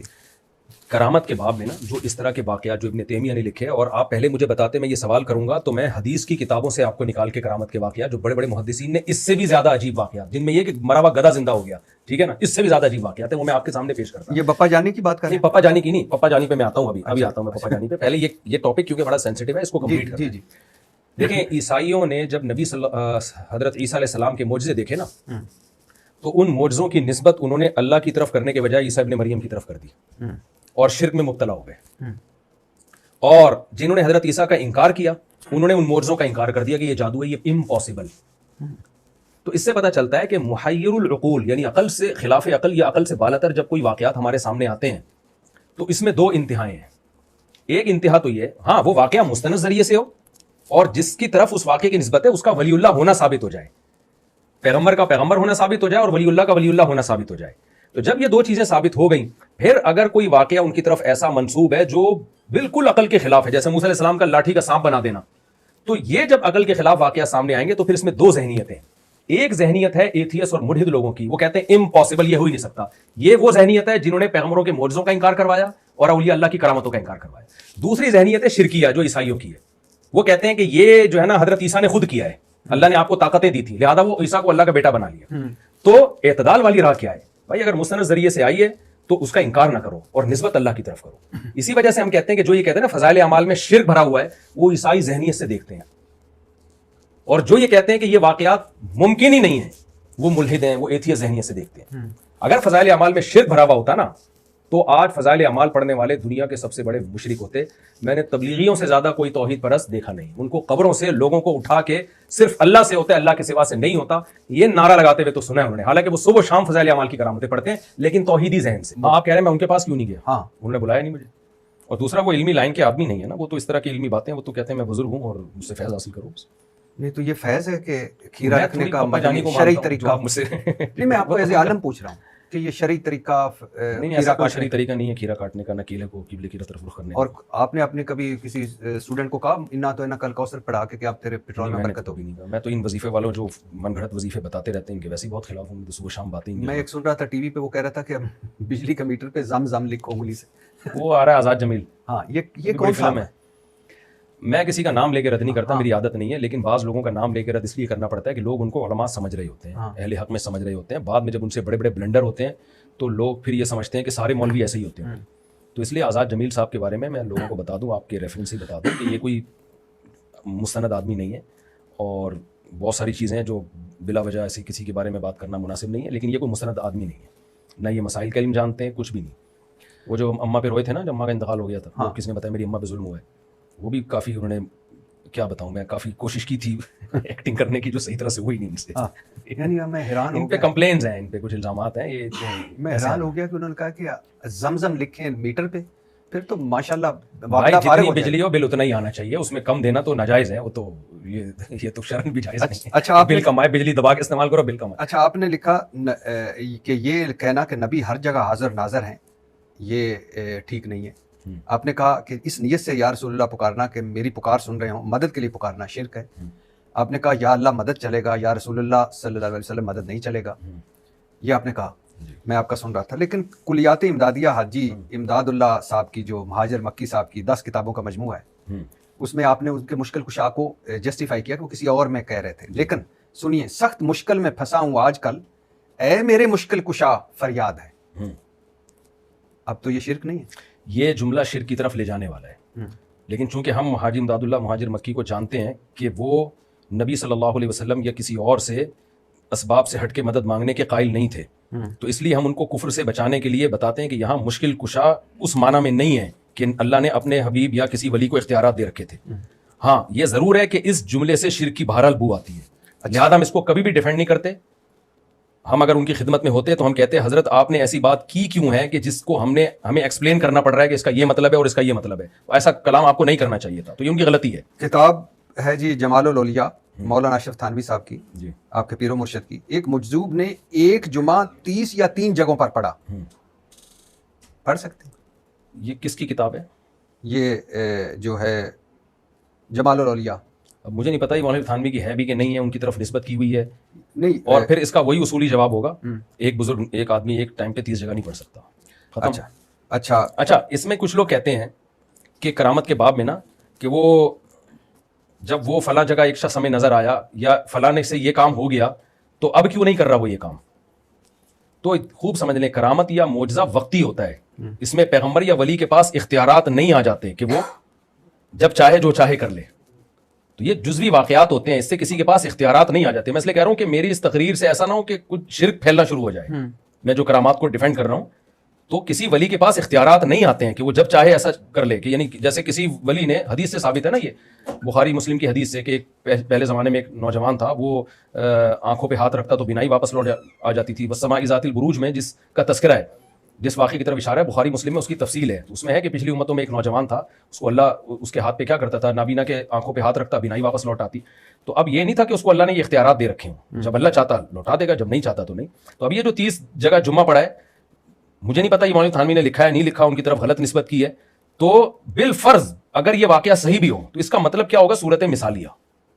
یعنی ایک ہی جگہ ایک بندہ ایک ٹائم پہ ہو سکتا ہے, دوسری جگہ ہو سکتا ہے کسی کو اس کی شبیہ نظر آ رہی ہو. اب اس شبیہ نظر آنے میں وہ مخلص بھی ہو سکتا ہے, کھوپڑی خراب بھی ہو سکتی ہے اس کی.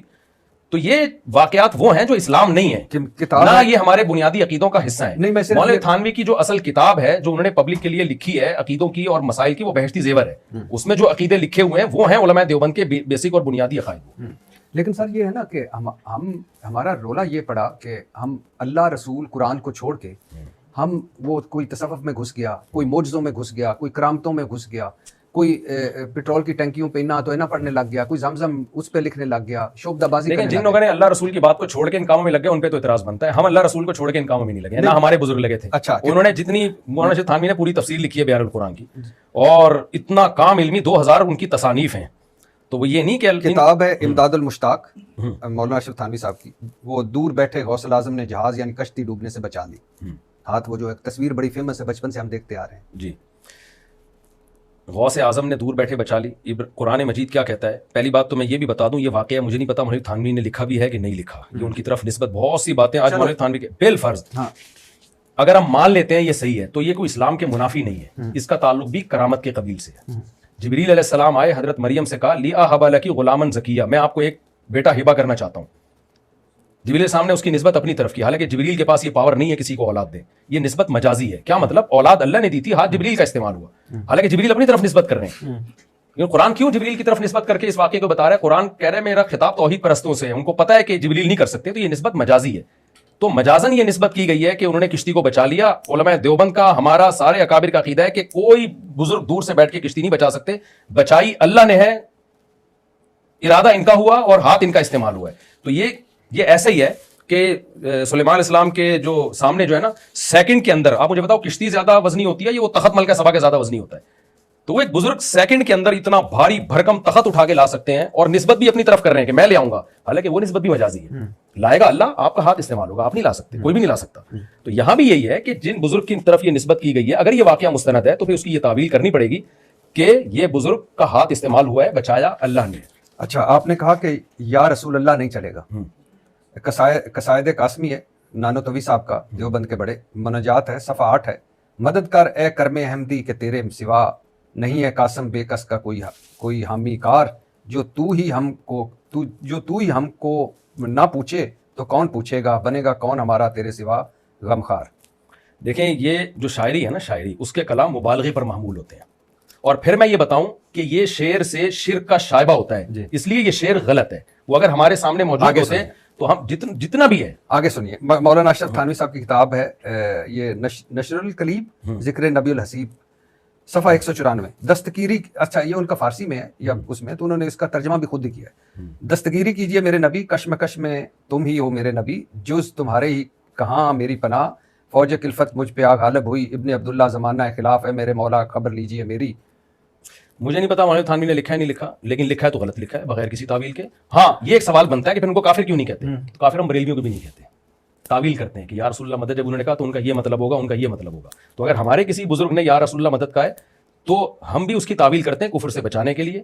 لیکن فرق یہ ہے, ہاں کہتے یہ ہے کہ غلط کہا ہے, یہ اس کو ڈیفینڈ کبھی نہیں کرتے. میں نے کبھی نہیں کہا کہ مولوی تھانوی رحمۃ اللہ علیہ کی زمانے مبارک سے جو جملہ نکل گیا وہ پتھر پہ لکیر ہے.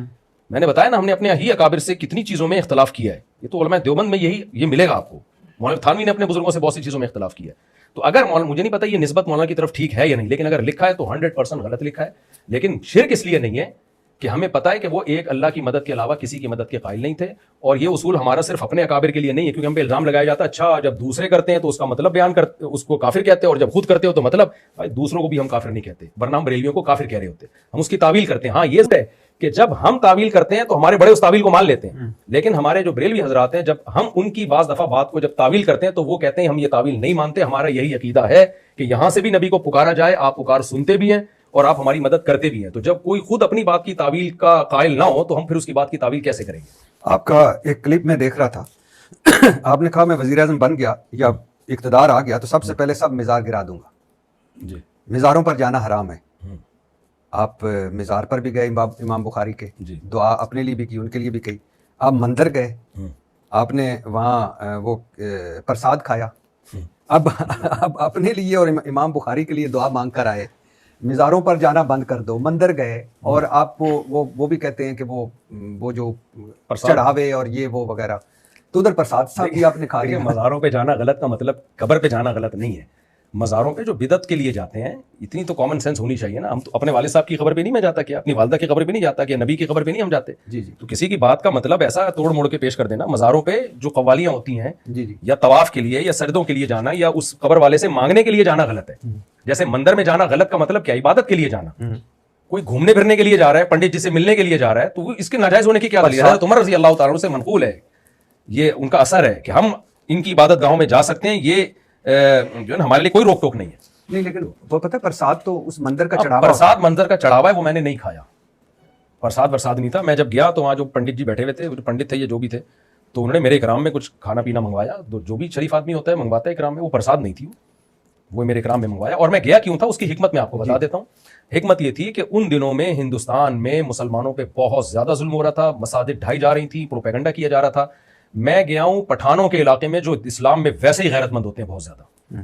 تو میں نے کہا سارے چاروں طرف پشتو پٹھان رہتے ہیں اور ان کے بیچ میں مندر ہے اور اتنا محفوظ ہے. تو یہ میسج گیا ہندوستان کہ ہمارے پٹھان قوم جو غیرت میں مشہور ہے اور اسلام میں مشہور ہے, وہ ان کے علاقے کے بیچ میں ایک مندر بنا ہوا ہے اور کھل کے عبادت ہو رہی ہے, کوئی روک ٹوک نہیں ہے. تو آپ مسلمانوں کو بھی وہاں آزادی دو مسجدیں بنانے کی اور مسجدوں میں عبادت کرنے کی. اور ایسا میسج گیا ہے کہ وہ ہندوؤں کے میسج آئے کہ ہمیں تو پتہ ہی نہیں تھا کہ پاکستان میں مندر اتنے آرام سے وہاں عبادت کرنے دی جاتی ہے اور اتنے خوبصورت مندر بنے ہوئے ہیں. تو یہ میسج تھا جو اس بلاگ کے ذریعے میں نے انڈیا کے لوگوں کو دیا, اور اس پہ بہت زبردست رسپانس آیا. انڈیا کے مسلمانوں کا بھی اور ہندوؤں کا بھی رسپانس بہت زبردست. آپ نے کہا تو عبادت کے لیے جانا حرام. آپ نے کہا اجتماعی دعا بدعت ہے. میرے پاس کلپ پہ آپ اجتماعی دعا کروا رہے ہیں. میں نے یہ نہیں کہا اجتماعی, میں نے کہا فرض نماز کے بعد اجتماعی دعا کا جو دوام ہے نا, پابندی سے کرنا اجتماعی دعا, یہ بدعت ہے. ویسے اجتماعی دعا کروائی جا سکتی ہے, ویسے کروائی جا سکتی ہے. اچھا سر, آپ کا میں کلپ سن رہا تھا, آپ فرما رہے تھے کہ تمہارے ذمہ لڑکی کی تعلیم نہیں ہے, تعلیم اور اس کا خرچہ ان کے ذمہ ہے جس نے اسے بیوی بنا کر لے جانا ہے. اسی وجہ سے اللہ نے نابالغ بچی کی بھی شادی کی اجازت دے دی ہے. پیدا تمہارے ہاں ہوئی ہے, امانت کسی اور کی ہے. میں یہ آپ کو ایک ترغیب دیتا ہوں کہ یہ امانت بچپن میں ہی کسی کے حوالے کی جا سکتی ہے. اب اس میں دو اعتراض ہیں مجھے. پہلے یہ تو بیان ہے کہ میں نے ان الفاظ کے ساتھ یہ بات نہیں کی ہے. میں نے اچھا میں تھوڑی چینجنگ ہے. ہاں چینجنگ ہے, لیکن مجھے دو اعتراض ہیں, وہ بھی ساتھ سن لیجیے. ایک تو ایک لے مین جس کو اتنا مذہب کا علم نہیں ہے, مفتی طارق مسعود جب کہتا ہے کہ تمہارے ذمہ لڑکی کی تعلیم نہیں ہے, دوسرا نابالغ لڑکی کو شادی کر دو, اور تیسرا کہ تعلیم ان کے ذمہ ہے, کیا میں اور آپ اپنی بیٹیوں کے ساتھ بھی یہ کریں گے کہ نابالغ لڑکی کی شادی, یعنی ہمیں 8-10 سال 12 سال کی بیٹی اس کی شادی کر دیں اور کہیں کہ تعلیم بھی وہی دیں؟ بھائی میں قطعاً یہ نہیں کہا کہ آپ اپنی بچی کو تعلیم نہ دیں. دیکھیں جو سیاق و سباق میں جو بات چل رہی تھی نا, اور اس کو میں ویڈیو میں دوبارہ پہلے یہ نہیں ریکارڈ کروا بھی چکا ہوں, آپ کے اس پوڈ کاسٹ سے پہلے بھی میں بیان دے چکا ہوں. میں نے یہ نہیں کہا کہ بچیوں کو تعلیم نہ دیں. اگر یہ کہا ہوتا تو میری بچی میٹرک کمپیوٹر سائنس میں نہیں کر رہی ہوتی. میرے سب بچیاں اسکول پڑھتے ہیں, کوئی ہوم اسکولنگ, کوئی اسکول جا رہے ہیں. کبھی بھی میں نے یہ نہیں کہا کہ بچیوں کو تعلیم نہ دیں یا نابالغ ہوں تو ان کی شادی کر دیں. میں نے جو بات کہی ہے وہ یہ کہی ہے کہ ہوتا یہ ہے کہ آج سسرال کو ریڈی میڈ ڈاکٹر چاہیے. ماں باپ کی ساری محنت ہو, انویسٹمنٹ ہو, پیڑے کھائیں سسرال والے. کیونکہ ایسے کیسز ہمارے پاس بہت آتے ہیں کہ ہمیں ڈاکٹر لڑکی چاہیے. اس چکر میں ماں باپ کو یہ ہوتا ہے کہ ہم نے اپنی بچی کو ڈاکٹر بنانا ہے تاکہ اس کی شادی کسی اچھی جگہ پہ ہو جائے. یہ یقیناً ظلم ہے ماں باپ کے اوپر بھی کہ محنت ان کی ہو رہی ہے, پیڑے سسرال کھا رہا ہے, اس کو ریڈی میڈ ڈاکٹر چاہیے. تو میں نے یہ کہا ہے کہ ماں باپ پڑھائیں, لیکن جب اچھا رشتہ آئے تو پڑھائی کو مؤخر نہ کریں, نہ پڑھائی کو ڈیلے کریں, ملتوی کریں, اور نہ شادی کو ملتوی کریں. ان سے کہیں کہ 2 سال میڈیکل کالج میں ہو گئے ہیں, آپ شادی کر کے لے جائیں, اگلے 2 سال کی فیسیں آپ بھریں گے. میرا خیال ہے یہ کوئی غلط بات نہیں ہے. سسرال کا بوجھ آپ ہلکا کیوں کر رہے ہیں؟ شوہر کو کیوں نہیں کہہ رہے کہ تم اپنی بیوی کو پڑھاؤ؟ یہ سارا بوجھ ماں باپ پہ کیوں ڈالا جا رہا ہے؟ جب تک اس کی شادی نہیں ہوتی ماں باپ پڑھائیں اس کو, یہ ان کی ذمہ داری ہے. لیکن اگر کوئی رشتہ آتا ہے تو سسرال یہ نہ کہے کہ جب ڈاکٹر بن جائے گی ہم شادی کریں گے. نہ, یہ غلط ہے.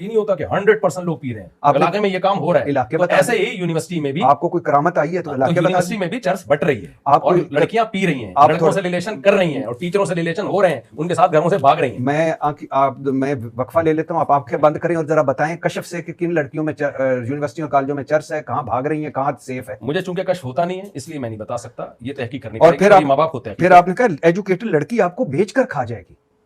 ایجوکیٹڈ لڑکی جو دینی ماحول کی نہ ہو، کسی کی بات کو آپ ایسا اٹھا کے لے لیں کہ اس کے ہر ایجوکیٹ جو دینی ماحول سے ہٹ کے ہو وہ ہر لڑکی کھپ بیچ کے. جب بھی کوئی کسی کو موٹیویٹ کیا جاتا ہے نا تو کلام میں مبالغہ پیدا کیا جاتا ہے. اس کا مطلب یہ نہیں ہوتا کہ ساری دنیا کی ساری لڑکیاں ایسی ہیں، یہ نہیں ہوتا. یہ تو ایسا ہے کہ آپ نے لا تقربوا الصلاۃ کو لے لیا، وانتم سکارا کو آپ نے چھوڑ دیا. تو کسی کی بات کو جب لیا جاتا ہے، نبی صلی اللہ علیہ وسلم نے فرمایا جو نماز چھوڑ دے وہ کافر ہے. آپ کیا نبی کی بات کو ایز اٹ از لے لیں گے؟ یہی کہیں گے کہ نماز کی ترغیب دینے کے لیے آپ صلی اللہ علیہ وسلم نے کلام میں جان اور زور پیدا کی ہے. تو اس کا یہ مطلب نہیں ہوتا کہ کوئی بھی لڑکی ایجوکیٹڈ ہے آپ شادی کریں گے تو آپ کو بیچ کے کھا جائے گی. لیکن جو ہمارے ہاں نوجوانوں کا ایک بھوت سوار ہے کہ ایجوکیٹڈ ہو ایجوکیٹڈ ہو ایجوکیٹڈ ہو. بھوت سوار کیوں کر رہے ہو؟ کیا برائی ہے کہ اگر میری اور آپ کی بیٹی پڑھے؟ برائی پھر وہی آپ، میں نے کب منع کیا کہ ہماری اور آپ کی بیٹیوں کو میں پڑھنے سے آپ کی بیٹی جب کالج یا یونیورسٹی جائے گی تو وہ سیٹنگ کرے گی؟ نہیں، میں تو یونیورسٹی نہیں بھیجوں گا لڑکی. کالج میں ہوم اسکولنگ، میں تو اسکول نہیں بھیج رہا. میری جو میٹرک میں بچی ہے ہوم اسکول، اس کو میں آن لائن پڑھوا رہا ہوں فیمیل ٹیچر سے.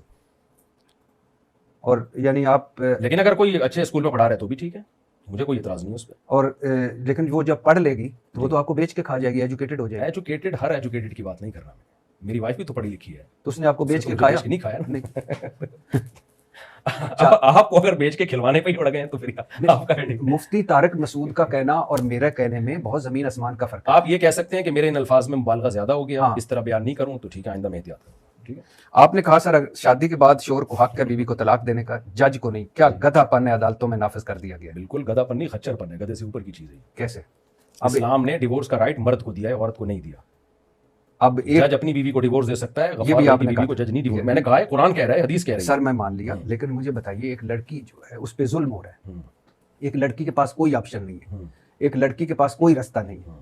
وہ کہتی ہے کہ اس زندگی سے موت اچھی، وہ عدالت جاتی ہے اور کہتی ہے کہ میں اس کے ساتھ نہیں رہنا چاہتی. ظلم ہو رہا ہے جی تو کورٹ کھلا دے سکتی ہے. میں نے مظلوم عورتوں کے بارے میں نہیں کہا. یہ بھی پھر دوبارہ نہیں ہے. 20 دفعہ جب عدالتی خلا پہ کلپ ریکارڈ کروایا، یہ جملہ میں نے کہا ہے کہ جس عورت پہ ظلم ہو رہا ہے اس کے لیے نہیں ہے. یہ ویسے کوئی عورت اگر اپنی مرضی سے نہیں، یہ نہیں ہو سکتا کہ ظلم بھی نہیں ہو رہا اور ظلم کو کورٹ میں ثابت بھی نہیں کرتی، گواہ بھی نہیں پیش کرتی، اور وہ ویسے ہی کہتے ہیں مجھے غفار پسند ہے، میں نے جمشید کے ساتھ نہیں رہنا. ایسا نہیں ہوتا. یہ گرل فرینڈ بوائے فرینڈ میں اور میاں بیوی میں فرق کیا ہو گیا؟ آپ کیوں اتنے نیگیٹو ہے کہ غفار سے چھوڑ رہی ہے اس کو، جبار پسند ہے یا نیگیٹو؟ میں نہیں ہوں، میں شریعت کا اصول بیان کر رہا ہوں کہ عورت ویلڈ ریزن کے بغیر شوہر سے عدالت سے نکاح ختم نہیں کروا سکتی. ویلڈ ریزن ہو، نان نفقہ نہیں دے رہا ہے، لٹکا کے چھوڑ دیا اس کو. سر یہ ویلڈ ریزن نہیں ہے کہ کوئی اگر میری بیوی میرے ساتھ نہیں رہنا چاہتی، میں نہیں چھوڑنا چاہتا، وہ عدالت جاتی میں اس کے ساتھ نہیں رہنا چاہتی. یہ قرآن و سنت کی روشنی میں ویلڈ ریزن نہیں ہے. یہ سر قرآن و سنت میں کہا گیا کہ اگر آپ نے علیحدگی اختیار کرنی ہے تو عزت و آبرو سے علیحدگی اختیار کیسے ہوگی؟ قرآن نے کہا او یعفو الذی بیدہ عقدۃ النکاح، سورہ بقرہ میں، کہ شوہر کے ہاتھ میں نکاح کی کنجی ہے، نکاح ختم کرنے کی پاور ہسبینڈ کے ہاتھ میں. یہ قرآن ہی کے الفاظ ہیں. لیکن اگر آپ میرا اس پہ 1.5 گھنٹے کا پورا ریفرنسز کے ساتھ کلپ ہے، میں نے ریکارڈ کروایا. اس میں یہی ہے نبی صلی اللہ علیہ وسلم کے دور میں بھی جو خلا کا پہلا واقعہ ہوا، بخاری کی حدیث ہے، اس میں بھی آپ نے ان کے شوہر کو کہا کہ آپ ڈیورس دے دو. ہم کہتے ہیں اگر کوئی عورت اپنے شوہر کے ساتھ نہیں رہنا چاہتی تو شوہر کو مشورہ ہم یہ دیتے ہیں کہ آپ ڈیورس دے دیں. وہ دے دے، موسٹ ویلکم. نہیں دیتا تو غفار بھائی دے نہیں رہے اور جا کے جج صاحب بیوی کو ڈیورس دے دیں. It isn't possible. یہ اسلام میں نہیں ہے اور یہ عقل کے بھی خلاف ہے. آپ کی 4 بیوی ہیں، اللہ آپ کو خوش رکھے. ویسے تو یہ بھی بڑا معجزہ ہی ہے، ہمارے تو ایک بھی نہیں خوش ہوتی، تو 4 بیویاں ہیں. اور لیکن مجھے یہ بتائیے کہ اگر کوئی بیوی آپ کے ساتھ نہیں رہنا چاہتی، آپ بالکل سارا کچھ ان کو حق مہر سب کچھ اس کا خیال رکھ رہے ہیں، وہ کہتی میں نہیں رہنا چاہتی اس گھر میں، جی تو میں فارغ کر دوں گا، میں خود چھوڑوں گا. کورٹ سے جا کے لیتی ہے. اور اگر آپ نہیں چھوڑتے تو اس کو رہنا پڑے گا. اگر میں حقوق پورے کر رہا ہوں تو اس کو رہنا پڑے گا. اسلام اس کو اجازت نہیں دیتا چھوڑ کے جانے کا. تو اب جو اعتراض کریں بنتے ہیں اسلام پہ کریں، مجھ پہ نہیں کریں. اور یہ عقل کے بھی خلاف ہے. ایک مثال دے رہا ہوں، اگر عورت کے پاس بھی یہ رائٹ ہونا تو اس میں عورت کا نقصان ہے. اسلام کے حکام اول نظر میں ایسا لگتا ہے عورت پہ ظلم ہے، ڈیپ میں جب جائیں گے تو عورت کے فیور میں. آپ مجھے بتاؤ، آپ ایک خاتون سے شادی کرتے ہو، میرے پاس ایک کیس آیا نا، ایک خاتون کے 5 بچے ہو گئے، کوئی ویلڈ ریزن نہیں ہے. فون پہ مجھے کہہ رہی ہے مجھے میرے شوہر پہ کوئی اعتراض نہیں ہے لیکن میں نہیں رہنا چاہتی، مجھے کورٹ نے کھلا دے دی، میں جا رہی ہوں. شوہر کہہ رہا ہے میں کورٹ میں گیا، میں نے بیان دیا کہ میں بالکل ٹھیک ہوں، اس کے حقوق پورے کر رہا ہوں. کورٹ نے کہا خلا پہ سائن کر دو، طلاق دے دو. میں نے کہا نہیں دوں گا، میں یہ ثابت کرے میں غلط ہوں. اچھا عورت کیا بھی رہی ہے غلط نہیں ہے لیکن میں نہیں رہنا چاہتی. تو اب مجھے بتائیں سوسائٹی میں جب یہ چیز پروموٹ ہوگی وہ مجھے چیخ و پکار کر رہا ہے, وہ کہہ رہا ہے میرے 5 بچے ہو گئے, یہ کام کرنا تھا تو پہلے دن کر لیتی. تو مرد پھر جب عورت کے بارے میں یہ مرد کو پتا ہوگا نا کہ جب چاہے مجھ سے علیحدگی لے سکتی ہے, وہ اس کو گرل فرینڈ کے طور پر ٹریٹ کرے گا, مرد بیوی کے طور پہ نہیں رکھے گا, کیونکہ گرل فرینڈ کے پاس بھی رائٹ ہے جب چاہے وہ چھوڑ چھاڑ کے چلی جائے, بیوی کے پاس بھی ہر وقت کے لیے رائٹ آ گیا جب چاہے چھوڑ چھاڑ کے چلی جائے. تو اس لیے اس میں عورت کا فائدہ ہے, لوگ پراپرٹیاں بیوی کے نام کر دیتے ہیں, میری ہے. انسان کو جب جس چیز کا پتا ہوتا ہے نا میری ہے, اس میں انسان کو اپنائیت کا احساس ہوتا ہے, اس پہ خرچ بھی کرتا ہے, اس سے اولاد بھی پیدا کرتا ہے اور بہت کچھ اس کے لیے لٹا دیتا ہے. یہ ایک اشکال ہوتا ہے کہ پھر شوہر کے پاس بھی یہ رائٹ نہیں ہونا چاہیے. سر عورت بھی تو سب کچھ لٹا دیتی ہے نا, لیکن ایک وقت آتا ہے کہ جب عورت کہتی ہے کہ میں نہیں رہنا چاہتی تو اس کو اپنا حق تو دے نا, اتنا کہ آپ نہیں رہنا چاہیے. شریعت نے نہیں دیا تو میں کہاں سے دے دوں نا, میں کوئی غامدی صاحب تو نہیں ہونا کہ عقل سے اسلام یا کام نکال لوں یا یہود و نصارہ کی طرح تعریف کر دوں. قرآن و سنت سے آپ ثابت کر لیں تو مجھے کوئی اعتراض نہیں ہے. میں تو صرف یہ بتا رہا ہوں کہ اسلام نے جو عورت کو ڈیورس کا یا شوہر سے علیحدگی کا حق نہیں دیا, یہ عورت پر احسان کیا ہے. اس سے خاندانی نظام مضبوط رہتا ہے, اس سے مرد عورت کو بیوی کے والا معاملہ کرتا ہے. اور اگر مرد ظلم کر رہا ہے تو ظلم کی صورت میں دیا ہے, اس کے ہم مخالف نہیں ہیں. ظلم ایک الگ چیز ہے, ہم نارمل حالات میں کہہ رہے ہیں کوئی ویلڈ ریزن. اب اگر ایک عورت نہیں رہنا چاہتی آپ کے ساتھ اور آپ اس پہ ظلم بھی نہیں کر رہے, بڑا خوش رکھا ہوا ہے اپنی طرف سے, وہ نہیں رہنا چاہتی, آپ اس کو ڈیورس نہیں دیتے, تو پھر وہ کیا کرے؟ گھر کیسے جہنم بن جائے گا؟ اس کو رہنا پڑے گا. گھر جہنم بن جائے گا. کتنے جہنم بن گئے مسلم سوسائٹی میں نبی صلی اللہ علیہ وسلم کے دور سے لے کر تو اب تک اسی پر عمل ہوتا آ رہا ہے. 1400 سال گزر گئے, آپ کا گھر جہنم بن گیا, آپ کے باپ کا گھر جہنم بن گیا. جہنم جب بنے گا جب عورت کو یہ پتا ہو کہ میں جب چاہوں جا سکتی ہوں, پھر وہ اس کے دل میں شیطان وسوسے ڈالے گا. جب اس کو پتا ہے کہ اب یہ میرا ہسبینڈ ہے, میں نہیں جا سکتی, وہ کمپرومائز کرے گی اس کے ساتھ. ہاں شوہر ظلم کرے گا تو ایک الگ بات ہے. تو آپ جو حل بتا رہے ہیں نا کہ عورت کے پاس یہ رائٹ ہو, اس صورت میں جہنم بننے کا چانس زیادہ ہے. طلاقیں لیں گی, غفار سے شادی ہوئی, غفار کہے گا جب ستار سے وفا نہیں کی تو میرے سے کیا وفا کرے گی, ٹائم پاس کرو, کوئی پتہ نہیں کل یہ مجھ سے کھلا لے کے چلی جائے. پھر وہ وسیم سے شادی کرے گی, وسیم کہے گا جب 2 بندے چھوڑ کے آ گئی ہے تو ٹائم پاس کرو. اس کے بعد جب تھوڑی سی بوڑھی ہوگی نا تو پھر کوئی اس سے شادی نہیں کرے گا. پھر اس بڈھی کا وہ حشر ہوگا جو یورپ امریکہ میں بڈھیوں کا حشر ہوتا ہے, جا کے دیکھ لیں آپ. ہمارے یہاں بڈھیاں عیش کرتی ہیں کیونکہ ان کو جب آئی ہیں تو ان کو پتا ہے بھائی اب میرا ہسبینڈ یہ ہے, میں نے اسی کے ساتھ رہنا ہے. تو قانون اسلام بناتا ہے میجورٹی کو دیکھ کے, 2-4 عورتوں کو دیکھ کے نہیں بناتا.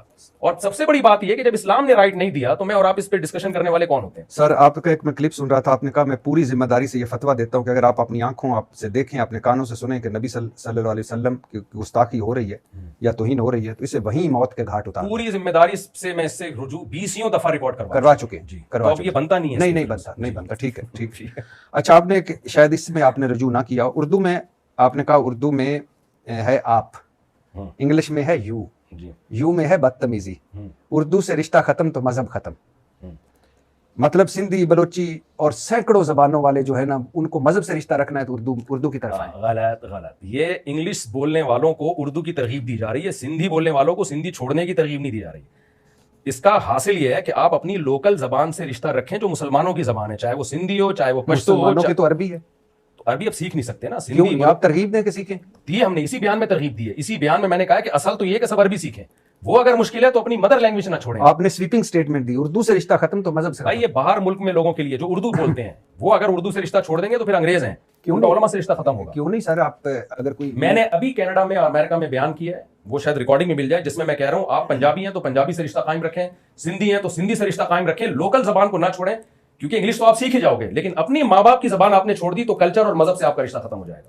تو اس میں سندھی زبان چھوڑنے کا یا پنجابی یا پشتو چھوڑنے کی کہیں ترغیب نہیں ہے. اردو بمقابلہ انگلش چل رہی ہے, اس میں اردو بمقابلہ سندھی اور پنجابی نہیں چل رہی ہے. آپ کیوں نہیں چاہتے کہ ہمارے مذہب میں انگلش جو سیکھنے والے اسکالر ہیں وہ بھی آئیں, وہ انگلش میں قرآن بتائیں, انگلش میں جب ہوتا ہے جب میں کہتا اردو سیکھیں انگلش نہ سیکھیں, یہ جب ہوتا میں ان سے کہہ رہا ہوں انگلش بھی سیکھیں لیکن اپنی مادری لینگویج سے رشتہ نہ چھوڑیں. وہ ایک ہے نا روکو مت جانے دو, ایک ہے روکو مت جانے دو. آپ نے میرے ساتھ یہ کیا, یہ اسی طرح آپ اس مذہب میں اس طرح کر رہے ہیں. اچھا آگے سر, آپ نے فرمایا ایک مرتبہ کہ حکومت ہو, فوج ہو, اس سے رجوع تو نہیں کیا, یا کوئی اور ہو, کوئی ناجائز حملہ کرے تو اپنے دفاع میں لڑنا سب کا حق, اس سے بغاوت کو شے نہیں ملتی. بالکل 100%. اگر کوئی فوجی آپ کو ناحق آ کے مارتا ہے تو آپ دفاع کریں, لڑیں اس سے. لیکن اس سے ایک ہے بغاوت, ہاں اسٹیٹ کے خلاف بغاوت کرنا, یہ حرام اور ناجائز ہے. ایک ہے پرسنلی آپ کو آ کے کوئی ظلم زیادتی کر رہا ہے اپنے دفاع میں لڑنا, یہ بالکل جائز ہے. اگر ابھی یہاں کوئی فوجی آ کے ہم پہ فائرنگ کرنا شروع کر دے تو ہم جان بچانے کے لیے اس پہ فائر نہیں ماریں گے کیا؟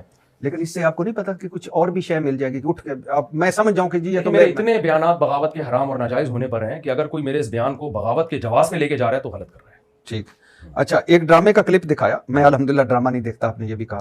شوہر اپنی بیوی کو تھپڑ مارتا ہے, بیوی بھی تھپڑ مارتی ہے. میں بیویوں سے کہتا ہوں وہ بھی ماریں تھپڑ, لیکن اس کے بعد لا الہ الا اللہ حلفیہ کہتا ہوں, شوہر سے محبت کی امید مت رکھنا, وہ تمہیں سیکس کا آلہ سمجھ کر یوز کرے گا, ایک انسٹرومنٹ جو بازاروں سے ملتے ہیں. پورا بیان میرا یہ ہے کہ ایک ڈرامے میں دکھایا شوہر نے بیوی کو تھپڑ مارا. جی جی. پھر میں نے کہا یہ 100% غلط کیا اس نے. جی جی. نہیں مارنا چاہیے بیوی کو تھپڑ, لیکن اگر اس نے غلط کیا ہے تو اس کی غلطی پہ یہ جواب کہ بیوی بھی آگے سے تھپڑ لگا دے, یہ طریقہ ٹھیک نہیں ہے. اس سے کیا ہو رہا ہے, ڈراموں میں خواتین کو شوہر کے مقابلے میں جری کیا جا رہا ہے. میں اس تھپڑ کو اپریشیٹ نہیں کر رہا, میں کہہ رہا ہوں اس کا کسی اور طریقے سے آپ علاج. اول تو یہ دکھائی نہیں ہے سین کہ بیوی کو آپ تھپڑ مار رہے ہیں, آپ کتنا اس کو 100 دفعہ وہ کریں گے, لوگ سیکھیں گے تھپڑ مارنا بیوی کو, لیکن اس سے بھی بڑی غلطی ہے کہ بیوی آگے سے تھپڑ مار رہی ہے. تو آپ کا کیا خیال ہے, بیوی شوہر کو تھپڑ مارے تو وہ کیا کرے گا؟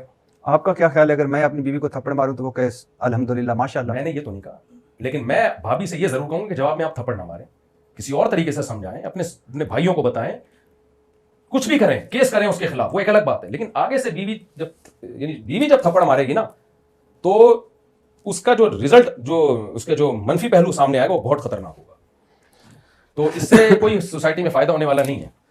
اور ڈرامہ دونوں چیزیں غلط دکھا رہا ہے, عورت کا بیوی کو تھپڑ مارنا بھی, اور اس سے بڑی غلطی یہ دکھا رہا ہے کہ بیوی بھی شوہر کو تھپڑ مار رہی ہے. اور اگر کبھی یہ ہو, خدا نخواستہ نہ ہو, لیکن ایک خاوند بیوی کو تھپڑ مارتا ہے تو بیوی کیا کرے؟ بیوی اپنے والد کو بتائے, اپنے رشتہ داروں کو بتائے کہ اس نے مجھے ناحق تھپڑ مارا ہے, وہ اس کو پنشمنٹ دیں, وہ جو بھی کریں اس کے ساتھ اس کو سمجھائیں. اس کو اپنے خاوند یا نے تھپڑ مارا, وہ اپنے والد کے پاس گئی, بھائیوں کے پاس گئی, تو پھر کیا آپ کو شوہر محبت کرتا نظر آئے گا اس کے ساتھ؟ جب غصہ ٹھنڈا ہو جائے گا نا اس کا, 20 لوگ اس کو سمجھائیں یا کوئی بھی شخص اس کو جب سمجھائے گا تو اس بات کا بہت زیادہ امکان ہے کہ اس کو ندامت ہو. اور یہ ہوا ہے ہماری سوسائٹی میں, کوئی اچھمبے کی بات نہیں ہے, بہت دفعہ ہوا ہے. شوہر نے مارا بیوی کو, شکایتیں گئی, خاندان نے سمجھا. میرے دوست ہیں انہوں نے اپنی بیوی کو تھپڑ مارا, کہہ رہے ہیں میری بیوی نے میرے والد کو بتایا, میرے والد نے رکھ کے ایک اور اپنے بیٹے کو تھپڑ مارا. کہ کیوں کر رہے ہیں یہ؟ ہم لوگ کو انگریز تھوڑی ہیں کہ عیدی سینٹر سے دریافت ہوئے ہیں, اور نہ ہمارا باپ نہ ہماری ماں. عورت جب شادی ہو کے آتی ہے پورا خاندان ہوتا ہے, تو وہ بھی دیکھ رہے ہوتے ہیں کہ ہمارا بیٹا ہماری بہو کے ساتھ ظلم تو نہیں کر رہا. انگریزوں میں ہوتا ہے کہ جب شوہر نے بیوی پہ ہاتھ اٹھایا تو کوئی پوچھنے والا نہیں ہے پولیس کے علاوہ. تو ہم اس سوسائٹی کی بات کر رہے ہیں. یہاں جب عورت آگے سے تھپڑ مارے گی تو کیس بگڑے گا, بہت ڈینجرس ہوگا. چلو شاید آپ کا یہی ایکسپیرینس ہو. اچھا نہیں, آپ کا ایکسپیرینس کیا ہے کہ بیوی جب شوہر کو تھپڑ مارے تو بہت زبردست حالات سامنے, ایک دم شوہر رک گیا اور آپس میں محبت ہو گئی. بیگم اسلام میں خون کا بدلہ خون, تھپڑ کا بدلہ تھپڑ. آپ کا کیا ہے؟ بہت اچھی رپورٹ سامنے آئی. میرا تو یہ خیال ہے کہ خامند کو جب تھپڑ مارتا ہے تو بات ادھر سے بگڑ جاتی ہے. تبھی ہم اس کو پروموٹ نہیں کر رہے تھپڑ مارنے کو, ہم کہہ رہے ہیں بات وہاں سے بھی بگڑتی ہے. اس کو کنٹرول کرنا آسان ہے, بیوی جب آگے سے ریپلائی کرے گی وہ کنٹرول کرنا مشکل ہو جائے گا. اس کو آپ بھی مانتے ہیں. آپ نے ایک مرتبہ کہا عمران خان کی اتنی مخالفت کرو جتنی قیامت والے دن جواب دے سکو. مطلب یہودی ایجنٹ کہنے پر حساب دینا پڑے گا. رجوع تو نہیں کیا اس سے؟ نہیں, کیوں رجوع کروں گا؟ کوئی بھی جب آپ کسی پہ الزام لگاتے ہیں تو آپ کو ثبوتوں سے اس کو ثابت کرنا پڑتا ہے. آپ سمجھتے ہیں عمران خان یہودی ایجنٹ ہے؟ تو پھر اس کا مطلب مولانا فضل الرحمان کو سزا ملے گی. جو مولانا فضل الرحمان کی بات, اب تو انہوں نے بھی رجوع کیا ہے آج کل. اچھا, عمران خان سے آپ ملاقات ہوئی آپ نے, میں وہ بھی سنا. اور ایک مرتبہ آسٹریلیا میں کسی چرچ میں بھی گئے تھے تو انہوں نے تعارف کرایا تھا کہ یہ وہاں کے عالم دین ہے جہاں کے عمران خان ہے. عمران خان بحیثیت انسان اور بحیثیت وزیر اعظم کیسے لگے آپ کو؟ دیکھیں, شخصیتوں کے بارے میں کوئی یقینی تبصرہ کرنا جب تک کسی کے ساتھ طویل عرصہ نہ گزارا ہو بہت مشکل ہے. ہماری پالیسی ہے کہ عمران خان نے جو اچھے کام کیے ہم نے اس وقت عمران خان کو اپریشیٹ کیا. 20 کام آپ نے بتائے, جو کام تھے اپریشیٹ کیا. مثلا دہرا دیتے ہیں آپ؟ وہ اب بھی اپریشیٹ کرتے ہیں اس کو. عمران خان نے وہ جو علاج معالجے کی سہولت دی لوگوں کو, اور یہ جو نکاح نامے میں ختم نبوت کا جملہ بڑھوایا تھا وہ حکومت کے ختم ہوتے ہی وہ پھر نہیں ہو سکا. اور یونائٹڈ نیشن میں جا کے بڑی اچھی اسپیچ کی تھی عمران خان نے, اس پہ بھی. اچھا, یہ بھی لوگ سوال کرتے ہیں کہ یہ کام تو پہلے بھی بہت اچھے ہوتے رہے ہیں, جب ہوتے رہے تو سب لوگ اس کو اپریشیٹ کرتے رہے. عمران خان نے جب یہ کام کیے تھے تو مجھے ایسا لگا تھا کہ کوئی بھی اپریشیٹ نہیں کر رہا. تو ہمارا یہ فرض تو بنتا ہے, کوئی حکمرانوں میں کوئی بھی ہو, جب وہ ایک اچھا کام کر کے آیا ہے تو اپریشیٹ کیا جائے اس کو کہ آپ نے ویل ڈن, بہت اچھا کام کیا. اس میں لوگوں نے کہا وہ تو باتیں ہی کر کے آیا ہے نا یونائٹڈ نیشن میں. تو ہم نے کہا بم رکھ کے تھوڑی آئے گا, وہ باتیں ہی ہوتی ہیں وہاں جا کے. تو اگر کوئی اچھا کام کر رہا ہے تو اس کو اپریشیٹ کر دینا چاہیے. اور آپ عمران خان صاحب نے ایک مرتبہ کہا کہ ریاست مدینہ, بہت انہوں نے اس کی وکالت کی. آپ کیا سمجھتے ہیں کہ صحیح بات کی اور یہ ان کا خلوص تھا اس میں, یا کیا لگا؟ دل کی چیز ہے, میں دل کی باتوں کا نہیں جانتا کس میں خلوص ہے, کون دکھا کے نماز پڑھ رہا ہے, کون بتا کے. ہم کوئی نماز پڑھ رہا ہو تم کہیں گے کام اچھا کر رہا ہے, دل سے کر رہا ہے, خلوص سے کر رہا ہے, نہیں کر رہا وہ اللہ جانے. شریعت نے ہمیں ظاہر کا حکم دیا ہے کہ اگر کوئی آدمی اچھی بات کر رہا ہے, اچھا کام کر رہا ہے تو ویل ڈن. ہم اس کی نیتیں جھانکنے کا ہمیں حکم نہیں ہے. اگر وہ کہہ رہا تھا کہ مدینہ کی ریاست بنانا چاہتا ہوں اور واقعی بنانا اگر چاہ رہا تھا تو کیا ہے اس میں؟ اور آپ نے اگر کسی کا خیال ہے کہ نہیں بنانا چاہ رہا تھا تو اس کا اپنا خیال ہے. آپ نے القادر یونیورسٹی پر ان کی تعریف کی تھی. جو میرے پاس نالج تھی اس کے حساب سے, اب تو میں بھول گیا القادر یونیورسٹی کا قضیہ پورا کیا تھا اس وقت. جو ڈاکٹر ذیشان ہیں جو ڈین تھے القادر یونیورسٹی کے، چونکہ ان سے ہمارا ریلیشن تھا تو ہمیں یہ اچھا لگا کہ ایک دیندار آدمی، ایک بہت ہی ایجوکیٹڈ آدمی کو القادر یونیورسٹی کا ڈین بنایا گیا، تو میرا خیال ہے جو اچھا کام ہوا تھا اس پہ تعریف بنتی تھی. اور اب تو اس پر ان کو سزا بھی مل چکی. سزا کس بات پہ ملی ہے؟ نہ میں نے وہ کیس پڑھا ہے کہ اس پہ سزا ملی ہے کہ ان کو ڈین کیوں بنایا تھا یا کس پہ سزا ملی ہے، کیونکہ میں بہت عرصے سے سیاست سے بالکل دور ہوں. تو اب جو کورٹ کے کام ہے وہ آپ جب جج صاحب سے آپ پوڈ کاسٹ کریں تو پھر آپ یہ سب چیزیں ان سے پوچھیں.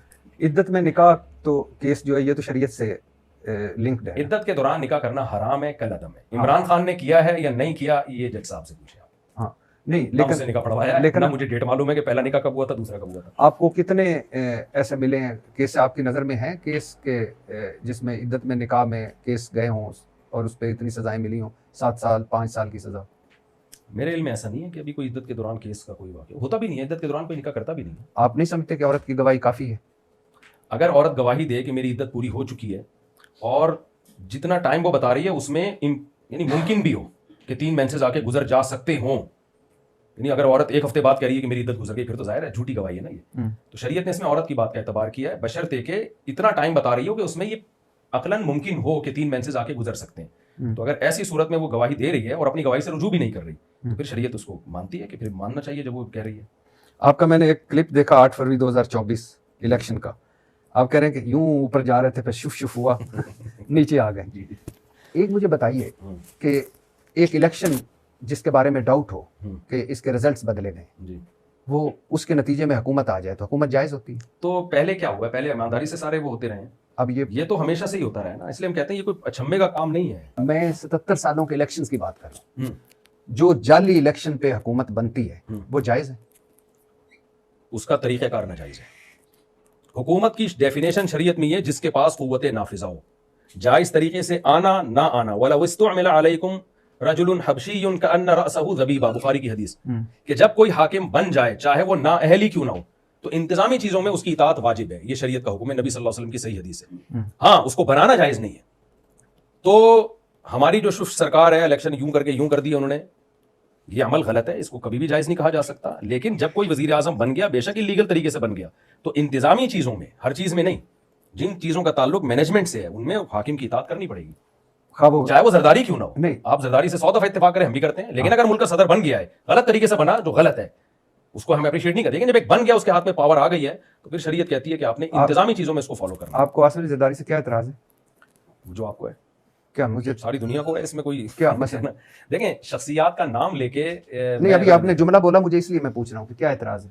میں اس لیے کہہ رہا ہوں کہ زرداری صاحب کے بارے میں بہت سے لوگوں کو بہت سارے اعتراضات ہیں. کیا مسئلہ؟ بہت سارے ہیں. مثلا کیوں آپ گول مول کر رہے ہیں؟ آپ تو بڑی سویپنگ اسٹیٹمنٹ دیتے ہیں.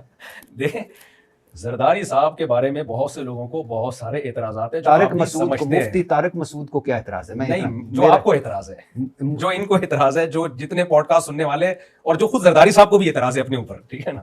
اس لیے لیکن جب صدر بن گیا کوئی آدمی تو انتظامی چیزوں میں اس کی اطاعت لازم. نہیں مجھے سمجھ نہیں آئی. بس مجھے بھی اس سے آگے میں نہیں جا سکتا. نہیں مجھے پتا ہے، لیکن میں یہ اس پہ آنا چاہوں گا کہ ایک غلط طریقے سے کوئی بھی ہو، 18 ہو، 13 ہو، 7 ہو، 2 ہو، 1947 ہو، کوئی ایک غلط طریقے سے آ کر، یہی تو اسلام کی وہ، اگر آپ کو اس کو براڈر پکچر میں لے جائیں، بڑی پکچر میں، تو جو پرانے جنگیں ہوتی تھی وہ میں آپ کے سوال سمجھ گیا، لیکن یہ سوال وہاں بھی پیدا ہوتا ہے کہ جب آپ کو غلط طریقے سے لایا تو پھر آپ کو بھی نہیں آنا چاہیے. سر میں جب فلاں کو لایا تو پھر وہ ہمارے ہاں تو یہ چل رہا ہے کہ جب اسٹیبلشمنٹ جس کے ساتھ ہوتی ہے اس کو غلط طریقے سے لا رہی ہوتی ہے اس وقت وہ اسٹیبلشمنٹ کو باپ کہہ رہا ہوتا ہے، اور جب دوسرا کو لے کر آتی ہے تو پھر وہی اس کے خلاف ہو جاتا ہے. تو جب سیاستدان سارے ہی اس اصول پر چل رہے ہیں. سر میں نے مفتی طارق مسعود سے کوئی حقائق اسٹیبلشمنٹ یا حقائق جمہوریت نہیں پوچھی. میں نے سیدھا سا مفتی صاحب سے سوال پوچھا ہے، عمران خان، آصف علی زرداری، نواز شریف کو آؤٹ کر کے، کہ جب ایک غلط طریقے سے چنا گیا ہو، جو چنا ہی نہ گیا ہو، اور وہ وزیر اعظم بن جائے، تو اس کو آپ کیسے کہہ سکتے ہیں کہ یہ صحیح والا ہے اور اس کے احکام مانے؟ میں نہیں کہہ رہا کہ صحیح والا ہے غلط والا ہے، اس بحث میں نہیں جا رہا. تو اس کے احکام کیسے مانے؟ نہیں، یہ تو شریعت کہتی ہے. اسی پہ تو جنگیں ہوئی ہیں پورے اسلام میں. اسلام میں جنگیں ہوئی ہیں، غلط ہوئی ہیں، لیکن جو بن گیا تو علماء نے فتویٰ دیا ہے کہ اب اس کی اطاعت کرنی ہے انتظامی چیزوں. ہاں وہ غلط طریقے سے آیا، غلط طریقے سے آیا ہو بے شک. اچھا، یہاں ایک لوگ سوال کرتے ہیں کہ یزید جو تھا، سیدنا حسین نے پھر اس کے خلاف بغاوت کیوں کی؟ سیدنا حسین نے بغاوت نہیں کی ہے. اگر بغاوت کر رہے ہوتے تو پوری فوج لے کے حملہ کرتے. تفتیش احوال کے لیے کوفہ میں گئے ہیں اور عبید اللہ بن زیاد بدبخت نے، اس کا ظلم اسی وجہ سے تو زیادہ ہے کہ حضرت سیدنا حسین لڑنے کے لیے نہیں آ رہے گورنمنٹ سے، اور آپ ان کو قتل کر رہے ہو. تو اسی لیے تو ہم یزید کے دور میں جو یہ عمل پہلی ہوا اس کو بدترین ظلم کہتے ہیں. پہلی دفعہ نہیں, میں پہلے بھی ریکارڈ کروا چکا ہوں. نہیں, میں پہلی دفعہ میں نے مفتی طارق مسعود صاحب کو دیکھا ہے کہ انہوں نے کہا کہ بس اتنا ہی, اس سے آگے کچھ نہیں کہہ سکتا. شخصیات کا اپنا پوچھیں. آپ نے نام لیا تھا. اچھا, مفتی طارق مسعود صاحب نے کیا علم حاصل کیا ہے مذہب کا؟ میں مدرسے میں پڑھا ہوں, college S M science college سے آنے کے بعد میں مدرسے میں ایس ایم کالج سائنس میں کیا کیا تھا؟ انٹر کیا. جی. گریجویشن بھی نہیں کی؟ نہیں. ماسٹر بھی نہیں کیا؟ نہیں. آگے انٹر میں بھی 1-2 پیپر میں نے چھوڑ دیے تھے. فیل ہو گئے تھے؟ فیل نہیں ہوا تھا, چھوڑ کے آ گیا تھا میں, بس فیل ہی سمجھ لیں اس کو. یعنی کیونکہ میں سیکنڈ ایئر میں جب تھا, امتحان آنے والے تھے, تو میں مدرسے میں آ گیا, تو میرے والد صاحب نے کہا اس کو مکمل کرو. پھر میں بس کچھ پیپر دیے, میں نے کچھ پیپر نہیں دیے. مفتی طارق مسعود فرسٹ ایئر میں نے کلیئر کیا تھا, سیکنڈ ایئر میں نے پڑھا پورا, لیکن 1-2 پیپر میں نے چھوڑ دیے جان بوجھ کر. مفتی طارق مسعود انٹر فیل. دیکھیں فیل کا مطلب کچھ اور ہوتا ہے, اور پیپر سند دکھا دیں آپ. پھر ٹھیک ہے میں آپ کو سند نہیں, منٹر کی بس اس میں یہی ہے کہ نہیں دیے تو انٹر فیل. اچھا فیل مجھے آپ میٹرک فیل کہہ لیں. آگے سر آگے. اس کے بعد میں آیا مدرسے میں. اچھا یہ میری غلطی تھی, مجھے انٹر کلیئر کر دینا چاہیے تھا, لیکن میرے میں جوش تھا کہ اب کشتیاں جلا کے آپ کو تو BA بھی کر لینا چاہیے تھا, میں بھی کر لینا چاہیے تھا. ٹھیک ہے آگے. اور 4 شادیاں اسی وقت کر لینی چاہیے. خیر, تو جب میں آیا تو میں پھر مدرسے میں گیا. مفتی رشید احمد صاحب ناظم آباد میں ہوتے تھے, وہاں میں نے 8 سال کا جو درس نظامی کا ہے وہ کورس کمپلیٹ کیا. اس میں عربی گرامر, فقہ, اصول فقہ, عربی ادب, تفسیر, حدیث, یہ ساری کتابیں پڑھی. اور پھر میں نے سن 2000 کے بعد پڑھانا شروع. پھر میں نے 1 سال کا تخصص فی الفقہ بھی کیا, مفتی کا کورس جسے کہتے ہیں. پھر 25 سال ہو گئے میں حدیث, فقہ اور عربی ادب, اصول فقہ, یہ کتابیں میں 25 سال سے جامعۃ الرشید میں پڑھا رہا ہوں, اور 25 سال سے فتوے کا کام میں کر رہا ہوں. ایک شخص کو اس طرح ممبر پہ بیٹھ کے, جی, جس نے کچھ نہ کیا ہو, کوئی عالم کا کورس, مفتی کا کورس, فاضل کا کورس, اسے مذہب کی تعلیم دینی چاہیے اور مذہب کے حوالے سے صرف کتابیں پڑھ کے فتوے دینے چاہیے, بات کرنی چاہیے, یا اس کے لیے آپ کو تعلیم حاصل کرنا چاہیے؟ دیکھیں مذہب کی تعلیم 2 طرح کی ہوتی ہے. ایک فضائل کی تعلیم, آپ لوگوں کو نماز روزے کی ترغیب دو, وہ حدیثیں جو فضائل سے متعلق ہیں لوگوں کو سناؤ, اس کے لیے کوئی بہت علم حاصل کرنے کی ضرورت نہیں ہے. ایک ہے مسائل کی تعلیم, اس میں جب تک آپ کے پاس مستند علم نہ ہو, آپ پراپر مفتی نہ ہو, آپ کے لیے مسائل کی تعلیم دینا, مسائل نقل کر سکتے ہیں آپ علماء کی کتابوں سے کہ فلاں عالم نے اپنی کتاب میں لکھا, اس پہ آپ تبصرہ نہیں کر سکتے, آپ کی تحقیق نہیں ہے, تو یہ جائز نہیں ہے. اور یہ صرف پاکستان میں ہی ہوتا ہے, باقی پوری دنیا میں کسی کوئی اجازت نہیں ہے اس کی. لیکن پڑھنا تو چاہیے نا, جس چیز کے بارے میں کوئی آپ اس طرح کر سکتا ہے کہ آپ نے کچھ نہ پڑھا ہو اور آپ جا کے گاؤن پہنے سفید اور جا کے آپریشن شروع کر دیں ہاسپٹل میں کہ مجھے بہت نالج ہے اس بارے میں آپریشن نہیں ہے. کوئی بھی دنیا میں شعبہ ایسا نہیں ہے جو پراپر وے میں پڑھے بغیر آپ کو اس میں گھسنے کی اجازت ہو. صرف مذہبی کو لوگوں نے ایک تختہ مشق بنایا ہوا ہے. دنیا میں کہیں, سعودی عرب میں آپ کر کے دیکھیں نا ذرا, تو کہیں بھی نہیں ہے. صرف پاکستان, دبئی میں بھی نہیں. میں مسقط جب گیا, میرا بیان تھا وہاں, تو انہوں نے مسقط کی گورنمنٹ کو یعنی ویزا نہیں دے رہے تھے. بھائی کیوں بیان, کون ہے یہ, اس کا اسکالر ہونا ثابت کرو. اتنی ساری سندیں جامعۃ الرشید کی ثبوت اور علماء کے, وہ جا کے وہاں جمع ہوئے ہیں. پھر وہاں کی گورنمنٹ نے مجھے اجازت دی ہے کہ آپ بیان کر سکتے ہیں. اور یہ جو کہتے ہیں کہ نبی صلی اللہ علیہ وسلم تو اب کوئی نبی تو آئے گا نہیں اور ہر بندہ مبلغ ہے, وہ آگے پہنچائے جس کو ایک بھی یاد ہو. وہ نبی صلی اللہ علیہ وسلم کی فضائل سے متعلق حدیثیں پہنچائے, مسائل سے متعلق بھی پہنچائے, تجزیہ نہ کرے. کیونکہ ایک حدیث دیکھ کے کبھی مسئلہ نہیں بیان کیا جا سکتا. آپ کو پاس علم نہیں ہوتا, بعض دفعہ علم ہوتا ہے, تفقہ نہیں ہوتا, فقہی بصیرت نہیں ہوتی. یہ جو آج کل اسکالر آ رہے ہیں, ان کو یہ بھی نہیں پتا ہوتا یہ ترجمہ بھی ٹھیک ہے یا نہیں ہے. کسی نے غلط ترجمہ کر دیا, اسی کو آگے بیان کر رہے ہوتے ہیں وہ بیٹھے. تو بلغوا انی ولو آیا کا مطلب کیا ہے؟ آگے حدیث میں آتا ہے رب حامل فقہ غیر فقیہ. یہ بھی حدیث کے الفاظ ہے, صحیح حدیث ہے کہ بہت سے لوگ علم جانتے ہیں سمجھتے نہیں ہیں, تم پہنچا دو, ہو سکتا ہے سامنے والا وہ فقیہ ہو, وہ تمہیں حدیث کا مطلب بتائے. تو اس حدیث میں تو ان لوگوں کی نفی ہو رہی ہے کہ جو حدیث آتی ہے ایز اٹ از پہنچا دیتے ہیں, لیکن پھر مطلب بھی اپنا تھوپنا شروع کر دیتے ہیں. پہنچانے تک کوئی پابندی نہیں ہے شریعت میں, لیکن نبی صلی اللہ علیہ وسلم نے امت کو 2 حصوں میں ڈیوائڈ کیا, فقیہ اور غیر فقیہ.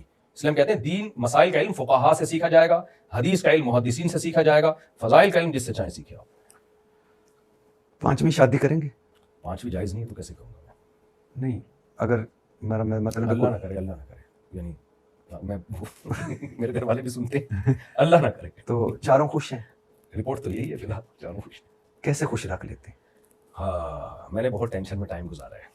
جو میرے دوست احباب میں جانتے ہیں, یہ 2 شادیاں بچوں کا کھیل نہیں ہے, اتنے آرام سے نہیں ہو گیا یہ سب کچھ. ہر شادی پہ جھگڑے ہوئے ہیں, ادھر کیوں بیٹھے ہوئے ہو, وہاں کیوں بیٹھ گئے, اس کی باری میں تو اتنے بجے چلے گئے تھے, میری باری میں اتنے بجے کیوں آئے, اس کی عید کے دن اس کے یہاں سوئیاں کیوں کھا لی, ہمارے یہاں بہت. چنگیز خان کو آپ بغداد کو بھول جاؤ گے. زندگی میری اس میں گزری ہے. تبھی میں کہتا ہوں بھائی 2 شادیاں لڈو کھانے کے لیے نہیں کرو, یہ جہاد کی نیت سے کرو, سوسائٹی کی ضرورت ہے. ہاں اب یہ ہے کہ اب رکیے گا, جہاد کیا؟